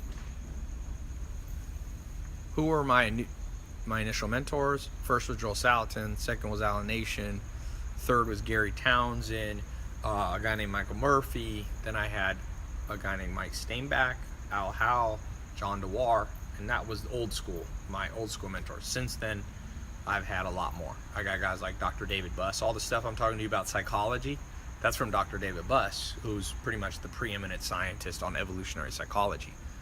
So I'm continually cultivating relationships with mentors, you know, talk to whoever. And now, even when I meet people just one time, or just, you know, like Steve Ballmer, he's not a mentor in the sense that he goes, oh, I'm helping Tai, but I met him multiple times and I try to get opportunities to talk to him. And so the conversations that I have with him get stored in the filing cabinet of my mind as a mentorship, even whether it's just a 1 hour dinner that I have with him. But a 1 hour dinner with a man who made $32 billion is usually a once in a lifetime opportunity. You know how few people have ever made $32 billion in the history of mankind? You know, like 20 people in the history of mankind, in the speed with which they made money. He's still relatively young. So one dinner with him, just me and him for an hour, that's infinite value to me. So you don't necessarily have to, sometimes you have formal relationships with mentors, and sometimes you don't. Okay. I'm about to wrap up. So let me just end. I'm going to end here by just saying a couple things. One, I'm going to do a quick contest. I've never tried this. I'm going to give $100 to 3 people who share this video right now. So on Twitter, you can just retweet Twitter Live. On Facebook, you can share by going to the Facebook app. I mean, your Facebook feed. And there should be a share button. Actually, sorry, right here, somewhere on Facebook. I don't know how to do it on Instagram, and I'm not sure YouTube has that feature, but I'm going to do it. 3 people, I'm going to PayPal you $100. I want to see how this sharing virality goes. I've never done this before. So I'll do it in about 5 minutes. I'm gonna pick a winner. So just start pressing share. If you're on Instagram or YouTube, you can go over there. Somebody said, there you go. I just sent it to 50,000 people. Sweet. Well, keep sharing. I'll be checking. I can see who retweeted or on Facebook who pressed the share button. I will be picking somebody. About 5 minutes. All right. Someone said they sent to 18,000 people on Twitter. Cool. Thank you for the long session, Ty. Good. Someone said, damn it, I can't do it on Instagram.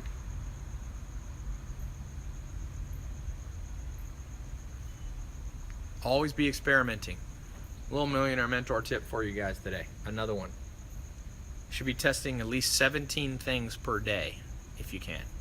Anything. 17 different things. It can be little tests. If you usually wake up at 8 in the morning, test waking up at 7:45 in the morning. If you usually don't wear a suit to work, there's experiment number 2. Wear a suit. If you usually use Tinder to find dates, try Bumble or try meeting somebody at a coffee shop.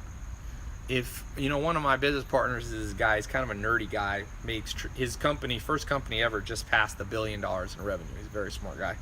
And he always would wear these old Jordans. You probably saw this on my Snapchat. And when we were out in New York City at my place, I got a place in Soho that I live once in a while. I go out there in New York when I can handle the craziness of New York. And we went to a place called Flight Club.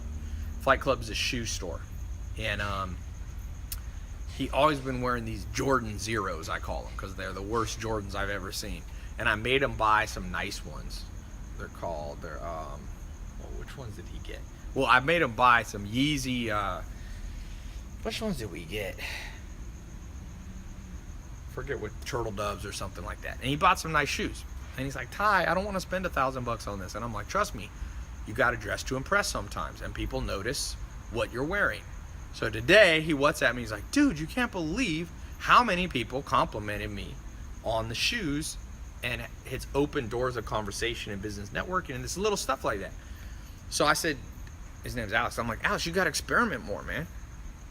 So a lot of you are just so closed-minded, so afraid, so fearful, so overly sensitive that you don't have that mentality. I'm like, let me experiment with everything, you know? That's what I'm doing. You see an experiment right here. Let's see what happens if I say 3 people get $100 if they share it. What if I get 100,000 people to see it for $300? It's a good damn deal, right? Why haven't you thought of that? Seriously. People are like, oh, Ty is using money to get Instagram followers. No shit I am. Why aren't you? You think there's some unethical thing? You don't know shit about business. That's like saying Coca-Cola cheated because they have advertisements to get more people to buy their drinks. No, they're just smart. Are you smart? That's my question. All that really matters is, are you smart? And everyone says yes, but let me ask you a question. People lie, but numbers don't. You smart? Show me your numbers. Show me something. What's the proof? Anything. A raise. Making more money than last year. A 401k account. A piece of real estate. Where's your numbers, man? You're smart. Where's your numbers? Show me something. People lie, but numbers don't. Show me your ROI on your investments for the last year. You know? You're happier? Show me the numbers. How do you prove you're happier? People become more delusional to become happier. So talk's cheap. You're a charitable person? How much money you give to charity? Oh, you don't want to say it? Oh, yeah, I get it. People go, oh, Ty, if you say how much you gave to charity, somehow God doesn't count it. Okay, you are a fucking genius. So let me get this straight. Last year I did $1 million match. One of the biggest charities in the world, heifer.org. They help people and grow their own food in poor countries around the world. I publicly had to say that $1 million I'll put out there, and for every dollar you put, I'll match. So we ended up actually raising $2.5 million. I have no idea how that happened because I just said I'd match $1 million, but I guess other people put in $1.5 million, and then I said I'd match up to it. Did God not like that? Well, fuck it. I didn't do it for that. I did it for the poor people that didn't have food. So why don't more people brag about how much they give to charity? Oh, I know, because they don't really give jack shit to charity. That's the real reason. People lie and ask people. People act like, oh, I give to charity in secret. Bullshit, dude. You posting all the food you eat on Instagram. You brag if you get sushi. I know you'd be bragging if you gave $10,000 to somebody, but you don't. Sometimes I give money to charity and I put it on my Instagram and people go, oh, well, you won't get your reward in heaven. Okay. I don't even know if I believe in heaven. But maybe I do. Maybe there is a heaven. I could be wrong. I don't know everything about the afterlife. But at least I helped that person now, and other people might be given more money because they saw and were inspired by it. I know why you don't share your numbers, because you ain't got none. Let's just have real talk. People bullshit, boy. When a guy can bench 500 pounds, you don't think he'll tell anybody? When a dude's benching 500 pounds, you think he goes, oh, I won't get my reward in heaven if I share that I bench press 500 pounds. Ah, bullshit. You can't bench the fucking bar. That's why you don't talk about it. That's why you're in the gym in secret. That's why you go into the gym when no one's there, because you don't want anyone to see you. Come on, guys. Let's have real talk. Real talk. For all of you that say you're smart, prove it. Albert Einstein came up with E equals MC squared, which is the foundation of modern physics, which also was a big part of creating nuclear weapons, which ended World War II and killed 166,000 people, I think, in Nagasaki. So that basically means Einstein got numbers. He can be like, well, I'm smart enough to create a bomb that leveled a city. Now, that's not the greatest number to brag about. I don't think he was that happy about it, but it was a number. Martin Luther King Jr. had a number to share. He can be like, you know what? Because of me, 100,000 kids now are able to drink out of water fountains with white people, black kids. That's a number. Mahatma Gandhi, he changed the world. He got numbers. He helped free, I think at the time it was 400 million people from British colonial rule. That's a number. What's your number if you're smart? I feel free to put it on these comments. Where's your numbers? Real ones. So a lot of people love themselves too much. It's called narcissism. Love the truth, man. If you ain't giving money to charity, just own up to it and be like, you know what? I thought I was a good person, but when I looked at the numbers, I guess I ain't as good as I thought. So I'm going to get on that and fix that. What's up with everybody thinking that any attack on their current state is attack on them as a person? How do you know it's not molding you into something better? The world needs more people attacking people. It's like stuff like fat shaming I see on Twitter. I don't think you should fat shame anybody. But you also can't lie and say to be 200 pounds overweight is beautiful. It's not. It will make you never be able to see your grandchildren. Because the odds of you living a healthy life decrease to almost nothing if you're morbidly obese. Why can't we just say that? That's not fat shaming. Fat shaming is making fun of somebody without the goal of improving. But constructive criticism is not shaming. So all I'm saying to you is some of the stuff that I said to you guys might hit you right between the eyes, but it's not me shaming you.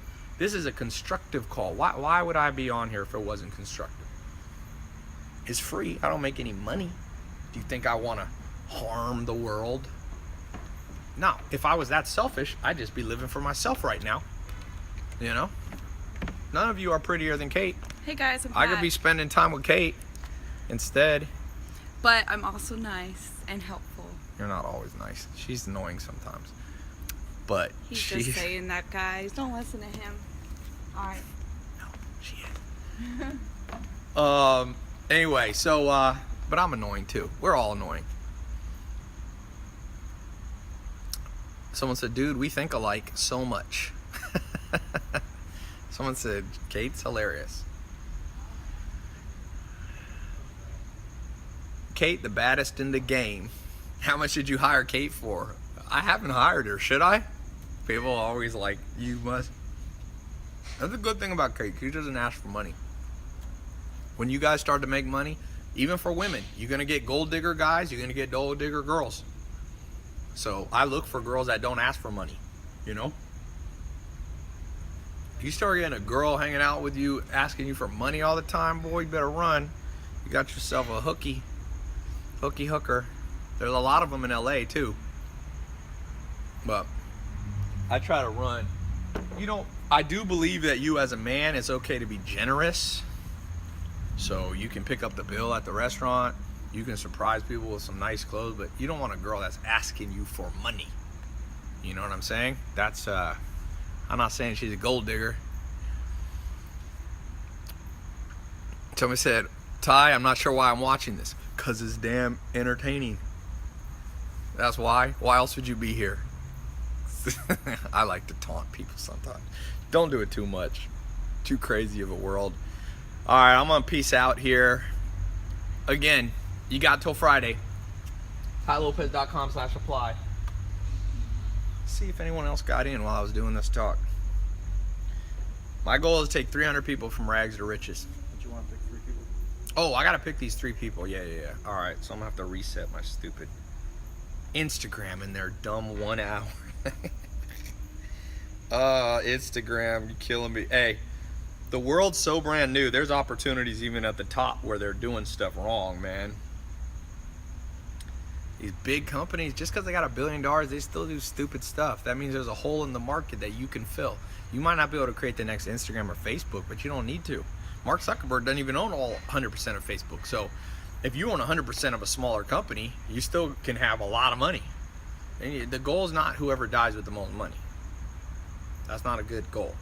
The goal is whoever lives the baddest ass life. That's what you ask me. I know people make more money than me, but I wouldn't trade lives, and they would trade for mine. Always ask yourself, would you trade for their life, and would they trade for your life? If they trade for your life, then you're doing something right. If you would trade, the only people life that I would trade for, pro basketball players. I love basketball. Every time I hang out with my friends that play in the NBA, I'm like, damn it. That is the only people that make me jealous. I mean, nobody else makes me jealous. I know billionaires. I like Steve Ballmer, but I wouldn't want to be Steve Ballmer. I don't give a shit about software that much. So I wouldn't want to spend 30 years of my life running Microsoft. That would be, but for him, he won. See, he won his game. It's not my game to play. You know? So you got to pick your game. Oh, let me do this. This thing always. Was this 2 hours? Because that's what I want it to be for podcast. Yeah, it's been over 2 hours. What are we at? 2 what? 3. We're at 3 hours? just Damn. All right, we're going to pick these winners. Remember the exchange rule. I want you to win the exchange. Hold on one second. Damn, it is 9:30, isn't it? I told Herman. But I got this done early. It's good. I'm trying to test. I'm testing longer podcasts. Remember how I said?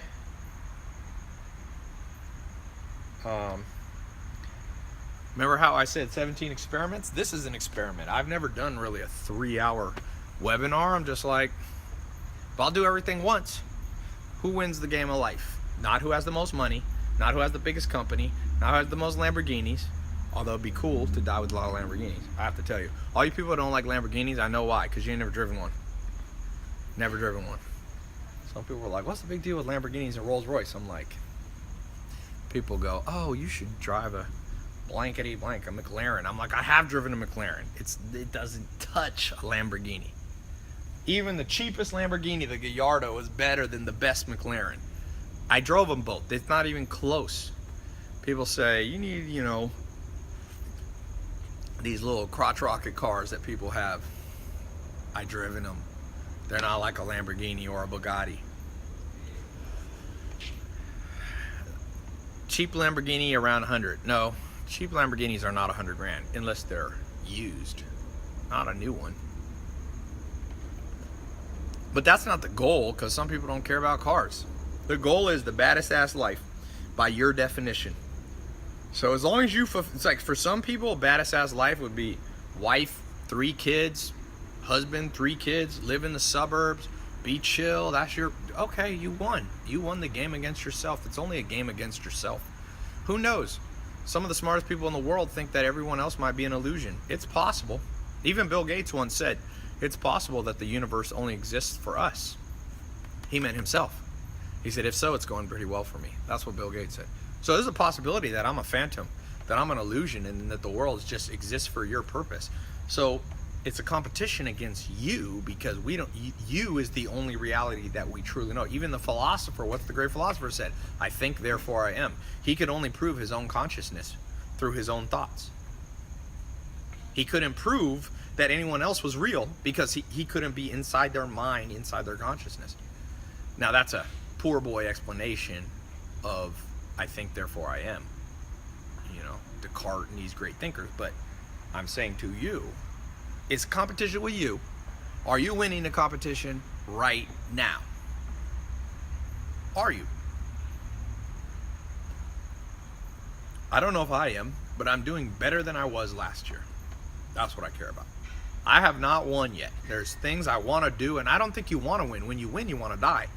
You know, it's like retiring. People go, I want to retire young. You mean you want to die young?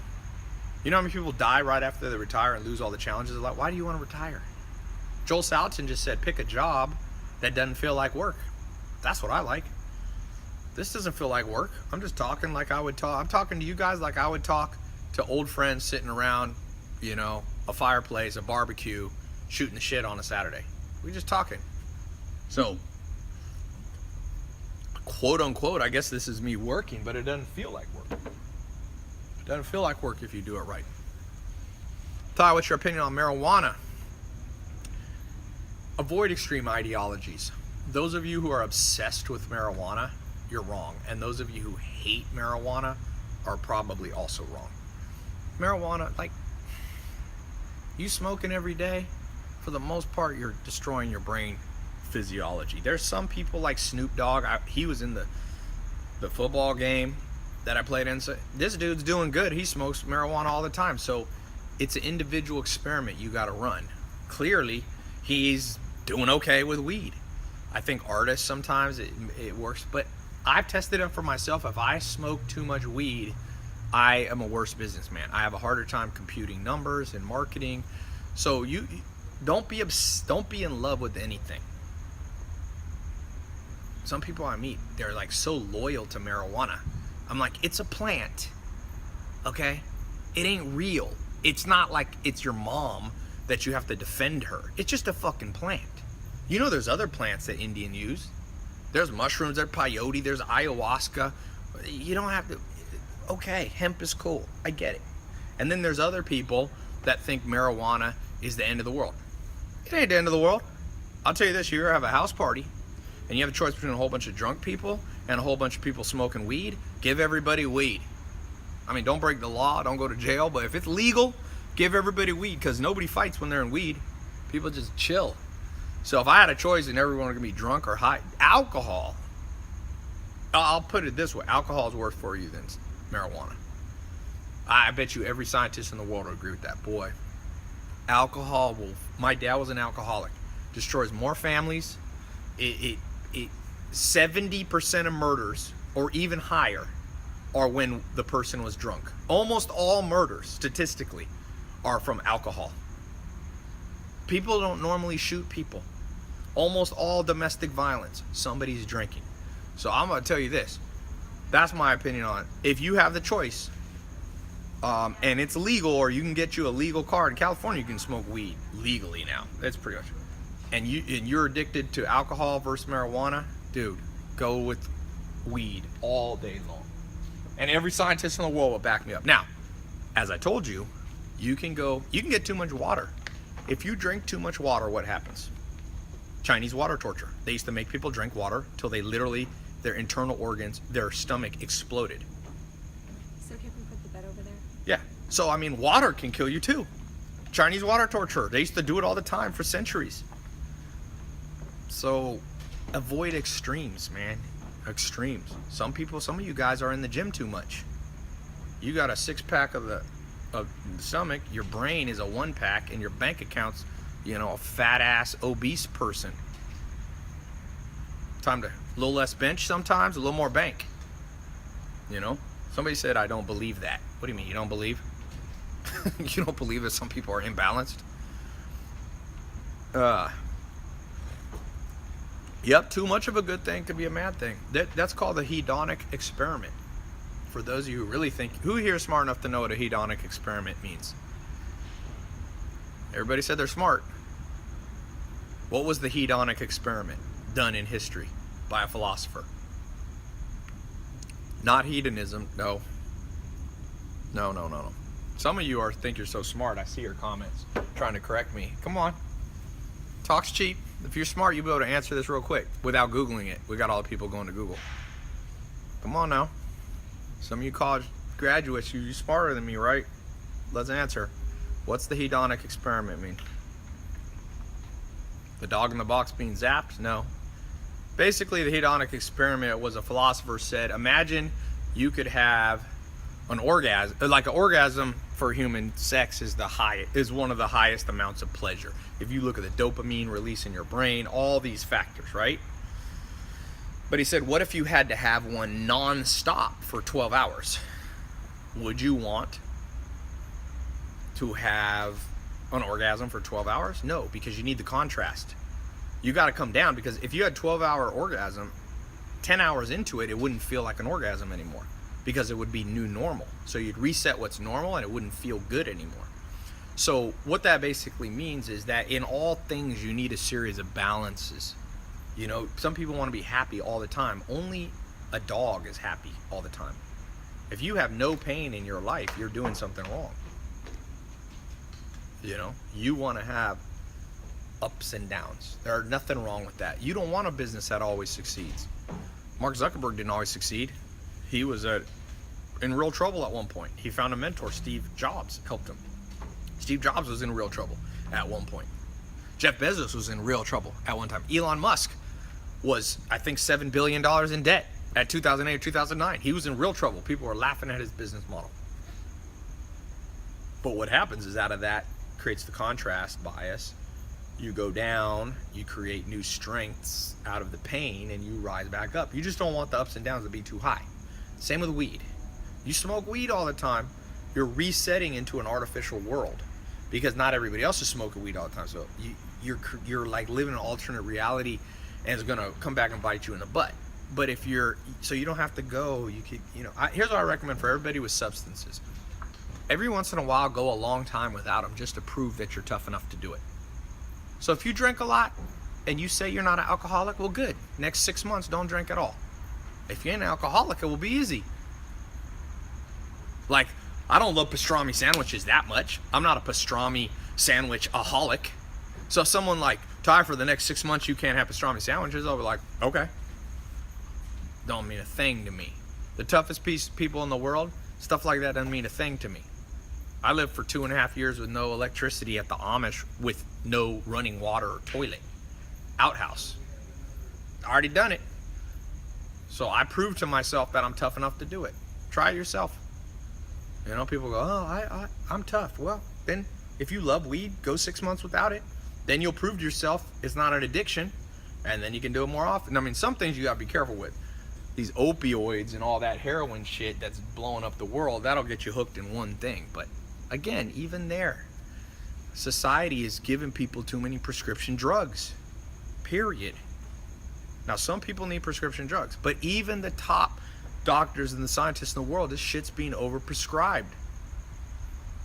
You can't give kids Coca-Cola at 7 years old, 40 to 60 gram drink of sugar, 40 to 60 grams of sugar, which is more than an adult should have in one day. Can't give it to a 7-year-old kid, tell him to sit in a classroom for 8 hours, then when he's hyper or she's hyper, then give him Ritalin. That's some bullshit. How you gonna do that? I mean, that's what I said. Half the world sucks. Half the doctors in the world suck. Half the school teachers in the world suck. Half the policemen. People are like, oh, there's police brutality. No shit. You think normal people want to become police officers? That's like saying, Tai, you ain't gonna believe this. I met 10 Navy SEALs and they're kind of violent. You think it attracts preschool teachers? No. 50% of police officers are psycho. I used to hire 20 cops a weekend from my nightclubs. Some of them were batshit murderous guys. I remember there was a guy when I got a first nightclub that I really was bigger, was a place called Perizotto. It was a restaurant turned into a nightclub. I did it for years in Raleigh, North Carolina. It was in Durham. It's still there. And The first cop that I had to hire, they were like, I took over from these Colombian guys, it was like a hostile takeover a nightclub. And I don't know if these Colombians paid off this cop or whatever, but I swear for a 1 year, I was watching my back. This cop, I was sure he had a hit out on me. And I've seen cops do shady stuff, but there's also cops that'll save your damn life. If tonight you wake up and there's some robber walking around your house and you call the cops, who do you want to show up? Ballet, yoga meditation police officer? Or do you want a dude with a tattoo on his face that's killed 3 people? Give me the badass police officer. I got security at my house at night. Who do you think I want security? You think I got 130-pound yoga instructors who meditate? I got big ass guys, special forces guys, cops, people who have shot people in the face. So, yes, 50% of people suck. Okay.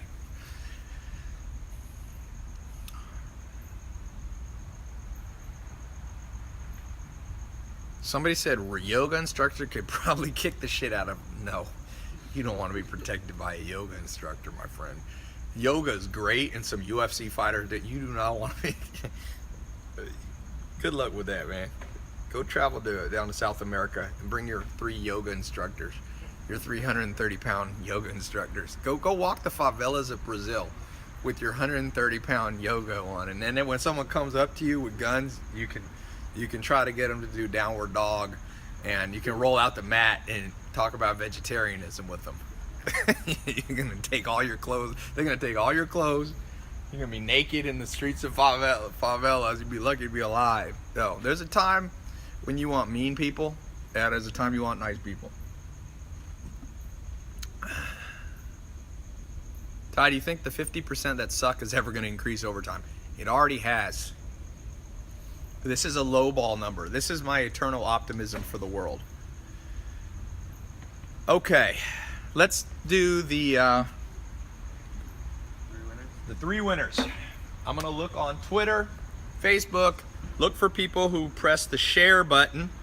I'm just gonna pick the first three I see. I don't feel like doing a very complicated picking method.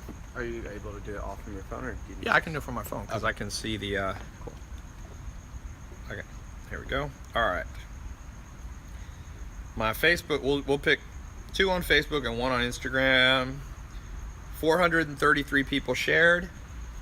Here's the first person. My Facebook, we'll pick 2 on Facebook and 1 on Instagram. Wait a sec. 433 people shared. Oh shit, I'm hearing myself. Hold on 1 second. I'm not sure if I can tell how I.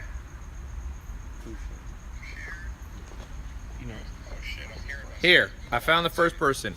Ranil Chris Ruano. take a picture? Number 2, Nancy Soto. There we go. Here, I found the first Nancy Soto. Ranil Chris Ruano. You say their name too. Nancy. Ranil Chris Ruano, and that picture of Nancy Soto. Congratulations, Ranil and Nancy.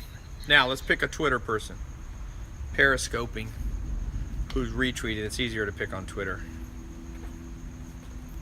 For anybody butthurt that I didn't pick them, well, I don't care. Anytime people get butthurt around you, one of the best answers you can say is, I actually don't give a shit. So, I get butthurt too. Where were you when I was fucking sad? Next time someone in your family's butthurt because you say the truth to them and it's like, I'm really mad at you, I'm offended, be like, so? I don't... Welcome to... Just spell out Earth. Earth is a land of pain, sorrow, and disappointment, and happiness. So, you know. Oh man, my phone died. Hold on. I'll reboot it. Take me a second. Can you use my Twitter? Yeah, I'll do it. But it might be good to heart them so that you can see.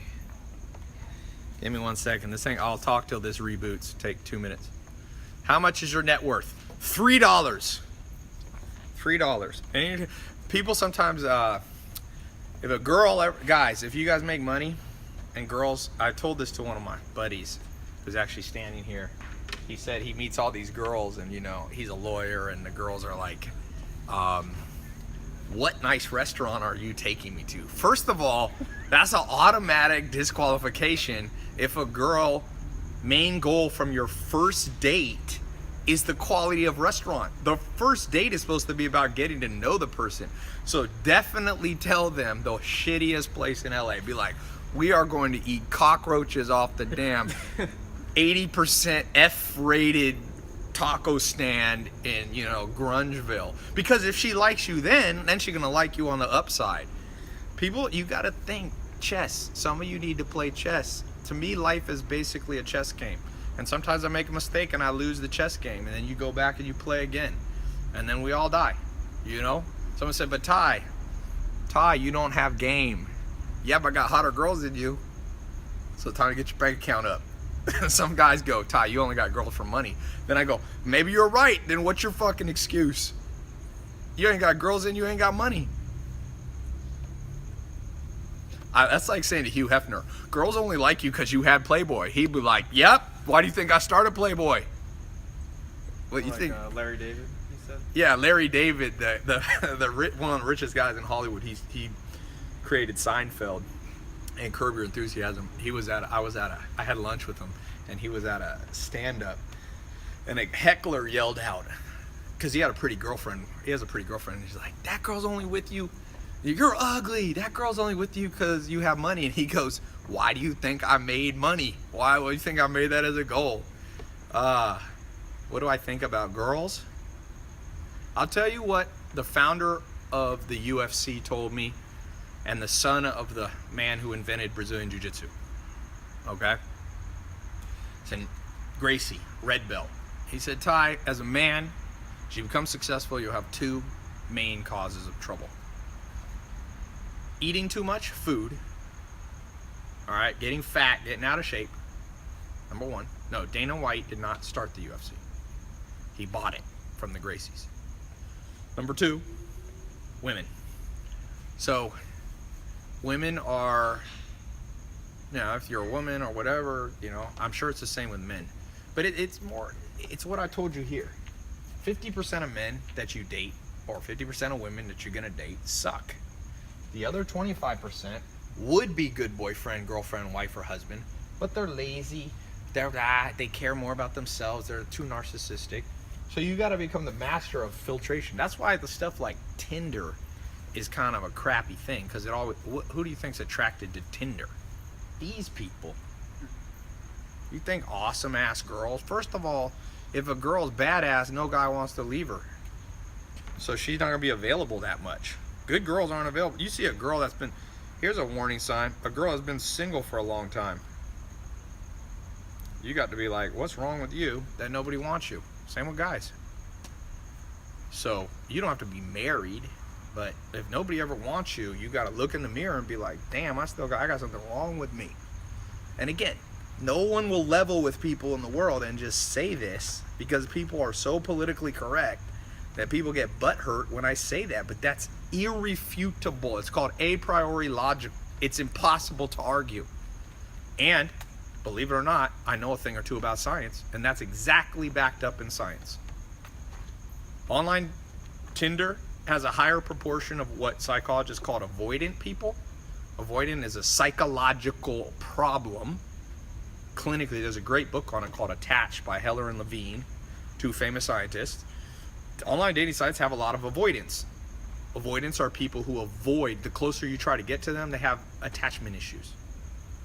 You know? So Tinder attracts. So if you're just looking for a hookup, Tinder's badass. But here's my problem with it. You ever heard of the saying, you should have your cake and eat it too? What happens if you meet a badass girl, but you're just looking for, you know, like a fling, but she turns out to be so good that you want to be in a long-term relationship? Well, then you don't want to find them from the wrong place, because you're only getting your cake, you're not being able to eat it too. You need both. So I recommend people, not that I'm an absolute expert on this, but I know a thing or two about dating pretty women. I can tell you that. I don't know anything about dating men. Can't help you ladies but best women are the ones that, even if you ain't looking for a long-term relationship, there's the potential there. So if you hanging out with piece of crap low-level girls, and there's a lot of low-level girls and a lot of low-level guys, you're automatically cutting off half of the potential right there, because there's no long-term. So I've been before when I didn't want a long-term relationship, and then I met a girl and I was like, damn, this one's a keeper. That happened to me once. Years ago, I wasn't really dating anyone, but I was dating this one girl named Jen, and my friend Mike came in town, my business partner, and he's like, dude, let's go out. I'm here for 2 days. Like, let's go on a double date. Get me a girl. So I called up this Jen girl who I wasn't that attracted to. I'd gone on like 2 dates before, but she's not really my type. Cool person though. So I called her up and I was like, hey Jen, you got a friend? This is when LeBron played for Cleveland the first time. The Cavs were playing the Clippers, and I said, I got tickets. Do you have a friend? And Jen goes, yeah, my next door neighbor will come. And so it was when I had a Maserati. I'll never forget. I drove downtown. It was right by the Staples Center. It was like on Olive or I forget what the name of the street is. It was like one street over from the Staples Center. So I pull up, I call, we're here. And Jen's like, okay, I'm coming down, and her friend's name was Kim. And dude, the door opened up. I'll never forget. This only happened to me one time in my life. And that door opened up, and Jen walked out, who I already knew, and Kim walked out. And to this day is one of the most gorgeous women I have ever seen. And I was like, oh no, I made a mistake. Because I was out with Jen, and my friend was with Kim. And Kim got in the back of the car, and Mike was in the back of the car, so I'm here with Jen. And nothing wrong with Jen. She's pretty and all that, but she's not my type. Kim was my type, like built, like just. And dude, this is the only time in my life I had to sit in a box seat, us four. And my friend Mike was stoked. He's like, Ty, you are the best friend ever. You hooked me up with a fucking this girl was the baddest of the bad. And I've been around some of the baddest. And so I sat there through this whole night just being like pissed. I'm with this girl I don't like. I'm like, motherfucker. The only time in my life I actually did what they do in the movies. I went in the bathroom at the Staples Center and I punched the paper towel thing and hurt my hand and broke the thing. You know how they do that shit in movies, and I always see it and I'm like, who does that? I did it. Anyway, I texted my friend Mike. Afterwards, Mike was staying at a hotel and I had to go to San Diego for Thanksgiving. I remember this. I go down to Thanksgiving, and I texted Mike. I said, listen, Mike, this chick is so badass, you are not allowed to have a fling with this chick. I'm like, you cannot have a fling with this girl. So I basically, he was a good friend. He goes, you know what, Ty? All right, you can date her. So I texted her, and I was like, this is the weirdest text I ever sent. But sometimes radical honesty with women work. I said to her, I texted her, it was under the table at Thanksgiving. My grandma back there was like 95 or something, and I'm texting under the table. She's mad that I have my phone, and I had gotten Kim's number, and I was like, Kim, do you believe in love at first sight? And she's like, yeah. She was a Leo, so Leos always believe in love. She goes, yeah, I really do. And I was like, because I am sure I am in love with you. And we dated for like 2 years. It ended up being a little complicated at the end for other reasons, but you know what? Have both potential sides. If I had met that chick on Tinder, then I would always be in the back of my mind like, this is that Tinder kind of girl. Somebody said he sold Kim. I did not sell Kim. She's actually married and has a kid now. I see on Facebook.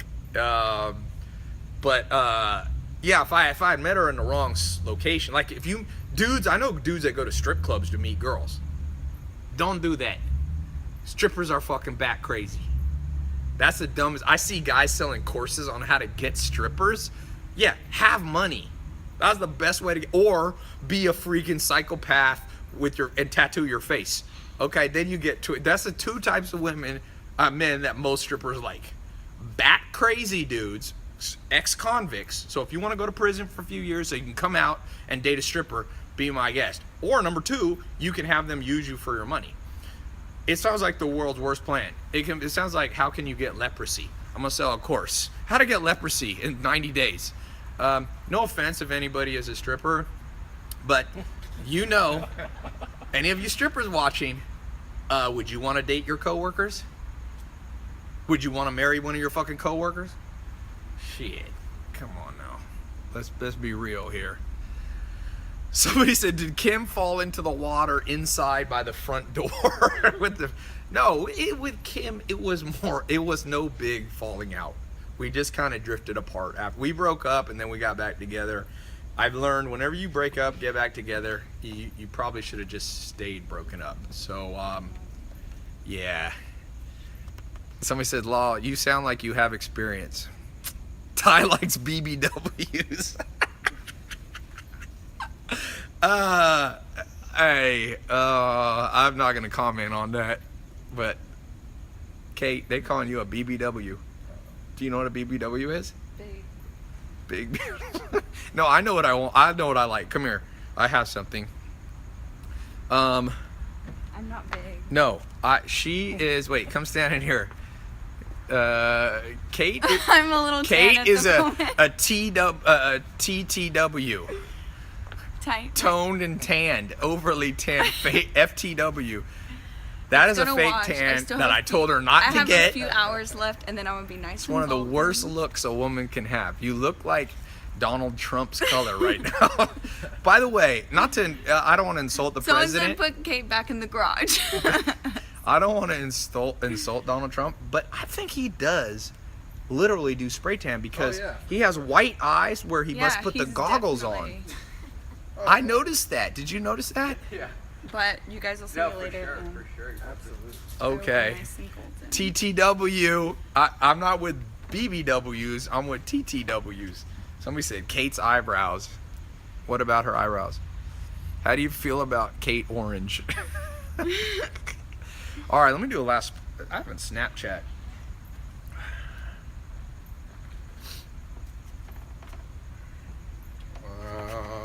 Who's following me on Snap? Snapchat, you just missed a 3-hour live Millionaire Mentor seminar going live there. Probably about 100, 200,000 people watched. One of the things I was telling people, always remember this. People lie, but numbers don't. People lie, but numbers don't. Next time people tell you they're doing stuff, ask for the numbers. On anything, business or otherwise. People will lie to you. They lie to themselves. I rarely believe people. I like what Ronald Reagan said, trust but verify. Okay. The last person. Did I quote Floyd Mayweather? Some of you guys are creative. I love these comments. Sometimes I'm just like, that's the best thing about Twitter. Some of the comments. Chase a check. Never chase a bitch. This dude's rapping. Isn't that Future? Yeah. Chase a check. Never chase a bitch. Mask off. Yeah, mask off. Favorite song. Come on, man. All right, who's gonna get this $100 on Twitter? Dun, dun, dun. You guys see James Harden chilling at the house? That's a pretty badass video. He just signed a $230 million contract. This is funny if you haven't heard it. You can stop by. I had to pull up. Heard the vibe at the crib, dude. He goes, I hear there's a vibe at the crib, Ty. My man. Jay Harden got a serious beard, man. Serious beard. And Kevin Durant is a tall ass dude. Metrodome is a singer in Brazil, verified on Instagram. Isn't Metrodome? I feel like that's in a song. Yeah, sounds familiar. Are you in that song too? Are you in Future song? What am I looking for? God, man, Twitter changed its algorithm. Twitter is sometimes one of the of all the social media networks. That's dumb. Sometimes Twitter. Somebody said name dropper. Oh, don't be butthurt that James Harden was here. Come on, man. All right, let's see. 275 retweets. Let me pick somebody. Who we got? First one, I said Bama Logic. Bama Logic. Why don't you buy Twitter? Isn't Twitter publicly traded now? Yep. Fuck that. You don't want to buy a publicly traded company. I mean, you can try to do a hostile takeover. I mean, Twitter has some good things to it. I like the potential, but the best, I tell you this, Snapchat's is a damn good company, man. Even though people talk shit, I mean, Instagram is too, but Snapchat pioneered a lot of stuff, even the stuff that Instagram is doing. I like Snap. I mean, you gotta respect all these networks. They've done huge things. YouTube is a monster. I mean, if I could own any of the networks, I probably want to own YouTube. More people use YouTube because there are embedded videos everywhere, you know. Someone says Snapchat is not profitable. That don't mean shit. Uber's not profitable. It's still worth $68 billion. Ty, why do you think people talk shit about you, about being fake and a scam? You know, most of the scam stuff that's online on the internet, if you look on the date, it was back when I started, like in 2015. So what happened is, when I first come on the scene, and you'll learn, I've seen this multiple times in my life. When you pop on the scene and you're new on the scene, people talk shit because you're an unknown. So I'll give you an example. LeVar Ball, right? The Ball boy, the Ball brothers. They're new on the scene, so people are talking shit about them, but eventually it dies down. LeBron James, people used to talk a lot of crap about LeBron James, but eventually he rises up and now there's not so much. So a lot of that scam stuff is like when I first come out and people are like, oh, he just rented a Lamborghini for a day. But Snapchat changed a lot of that because Snapchat tells the truth. Remember I tell you people lie but numbers don't? With Snapchat, people have been watching my Snapchat. I mean, I get a lot of people watching my Snapchat, okay?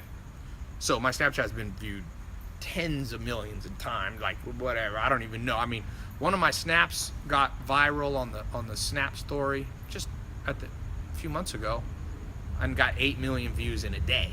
3 of my snaps got like 3 million, 2 million, something like that. I posted a screenshot for all of you cynical biatches out there. I posted it back it was out when I was at the NBA Final Game. So Snap tells the truth because you can't lie on Snapchat. Instagram, people can do one thing, take 20 pictures and post them over a year. But with Snapchat, puts the white around it, so it shows you if it's a past upload. So now people know that the cars is not a one-day thing. I've been in this house now. This month will be 2 years. So people are like, oh, there was a video conspiracy that there was a realtor that I was using the house for a day and I shot my Here in My Backyard video, and that was one of my assistants. And there became a big scandal that Marna, she still works for me, that Marna was somehow a realtor that had bumped into my ad and I didn't know it. And I mean, so it's just like, people dumb. But now those people, even some of the people that hated on me, now they're my friends. So you just, remember I told you thick skin? I'm ready to go into battle. As long as you let me battle you back.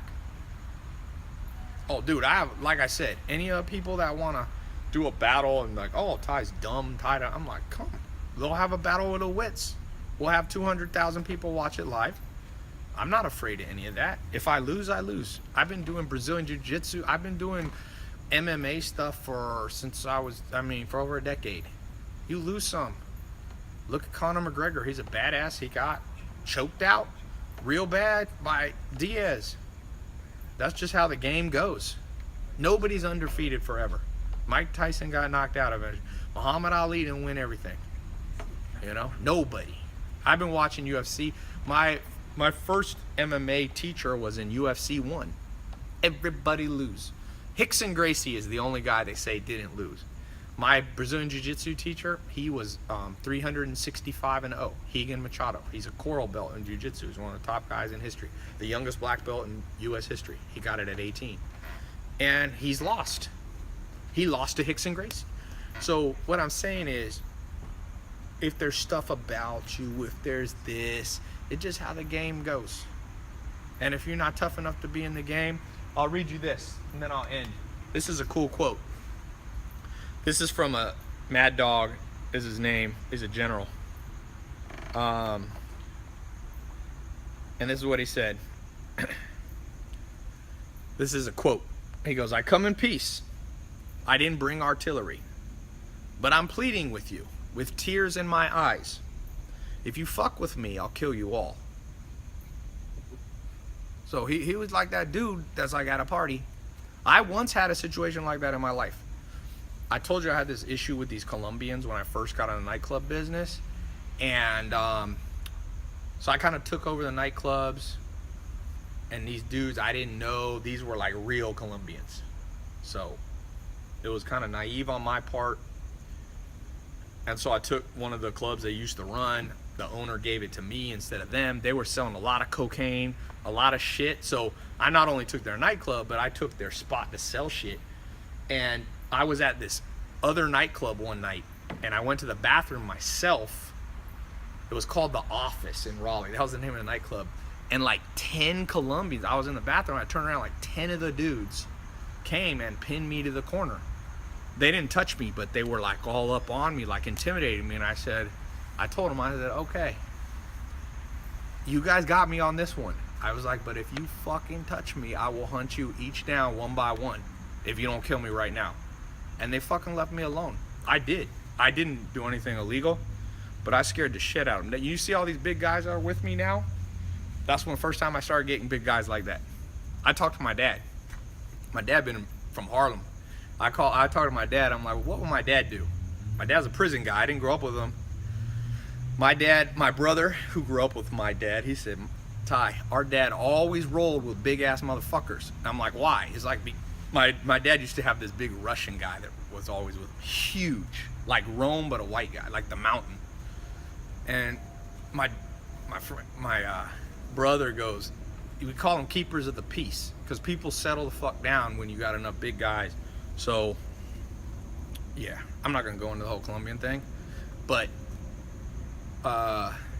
what Mad Dog said, he was like, what this general said is like, you know what, I come in peace, I ain't gonna attack you, and I'm genuinely pleading with you with tears in my eyes, you know, but if you fuck with me, I'll kill you all.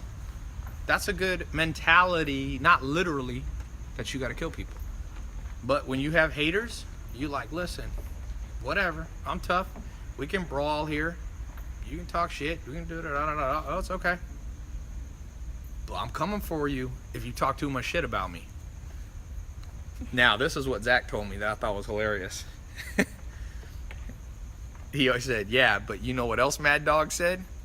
Be polite, be professional, but have a plan to kill everyone you meet. This isn't me. This is one of the generals in the United States Army. But this is the best one. He said, you go into Afghanistan. You got these Taliban guys who slap women around for 5 years because they don't wear a veil. You know, guys like that ain't got no manhood left anyway. So it's a hell of a lot of fun to shoot them. Actually, it's quite fun to fight them, you know. It's a hell of a hoot. It's fun to shoot sometime. I like to be right up there with you. I like brawling.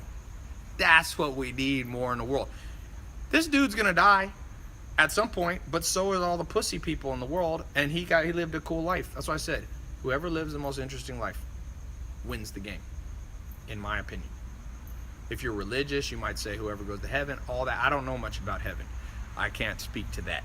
But I'm telling you, on this planet, whoever lives the most interesting life, and a part of an interesting life is you will have a tax on you. It'll come from different sources. It might be the IRS. It might be a false accusation from a girl or a guy. I mean, just look at the other day. I saw a false accusation, that Texas case, where this girl accused, I think, a whole football team of raping her, and then she was like, oop, I was just joking. And these dudes, you know, it's like, wow, that shit happens. The little kids get kidnapped and killed by crazy people. Those parents gotta live the rest of their life knowing, I mean, the world will throw, this is what Charlie Munger says, the world's gonna throw incredible blows at you. Some of you will fall apart. And some of you will be like Nelson Mandela, who was falsely imprisoned, spent 27 years on a rock, breaking rocks day and night, didn't get to see his family for 27 years, came out, wasn't bitter, changed the nation, changed the world, and won a Nobel Peace Prize. I mean, some of you are like him and some of you aren't. 50% of people suck. 25% people got potential but lazy and procrastinate. 25% of you. So we got 100,000 people. It's probably 25,000 people on here. You know? So I hope you're one of those people. And if you're not, I don't have a solution for you. That's really what it comes down to. There's no solution. People always want solutions. For some people, you got some friends in your and family that there's no solution for. Absolutely none, unless they want to change themselves. And most people don't like to change. They're risk averse. Okay, I'm out. That was only 4 hours or something. 15 minutes shy. Really?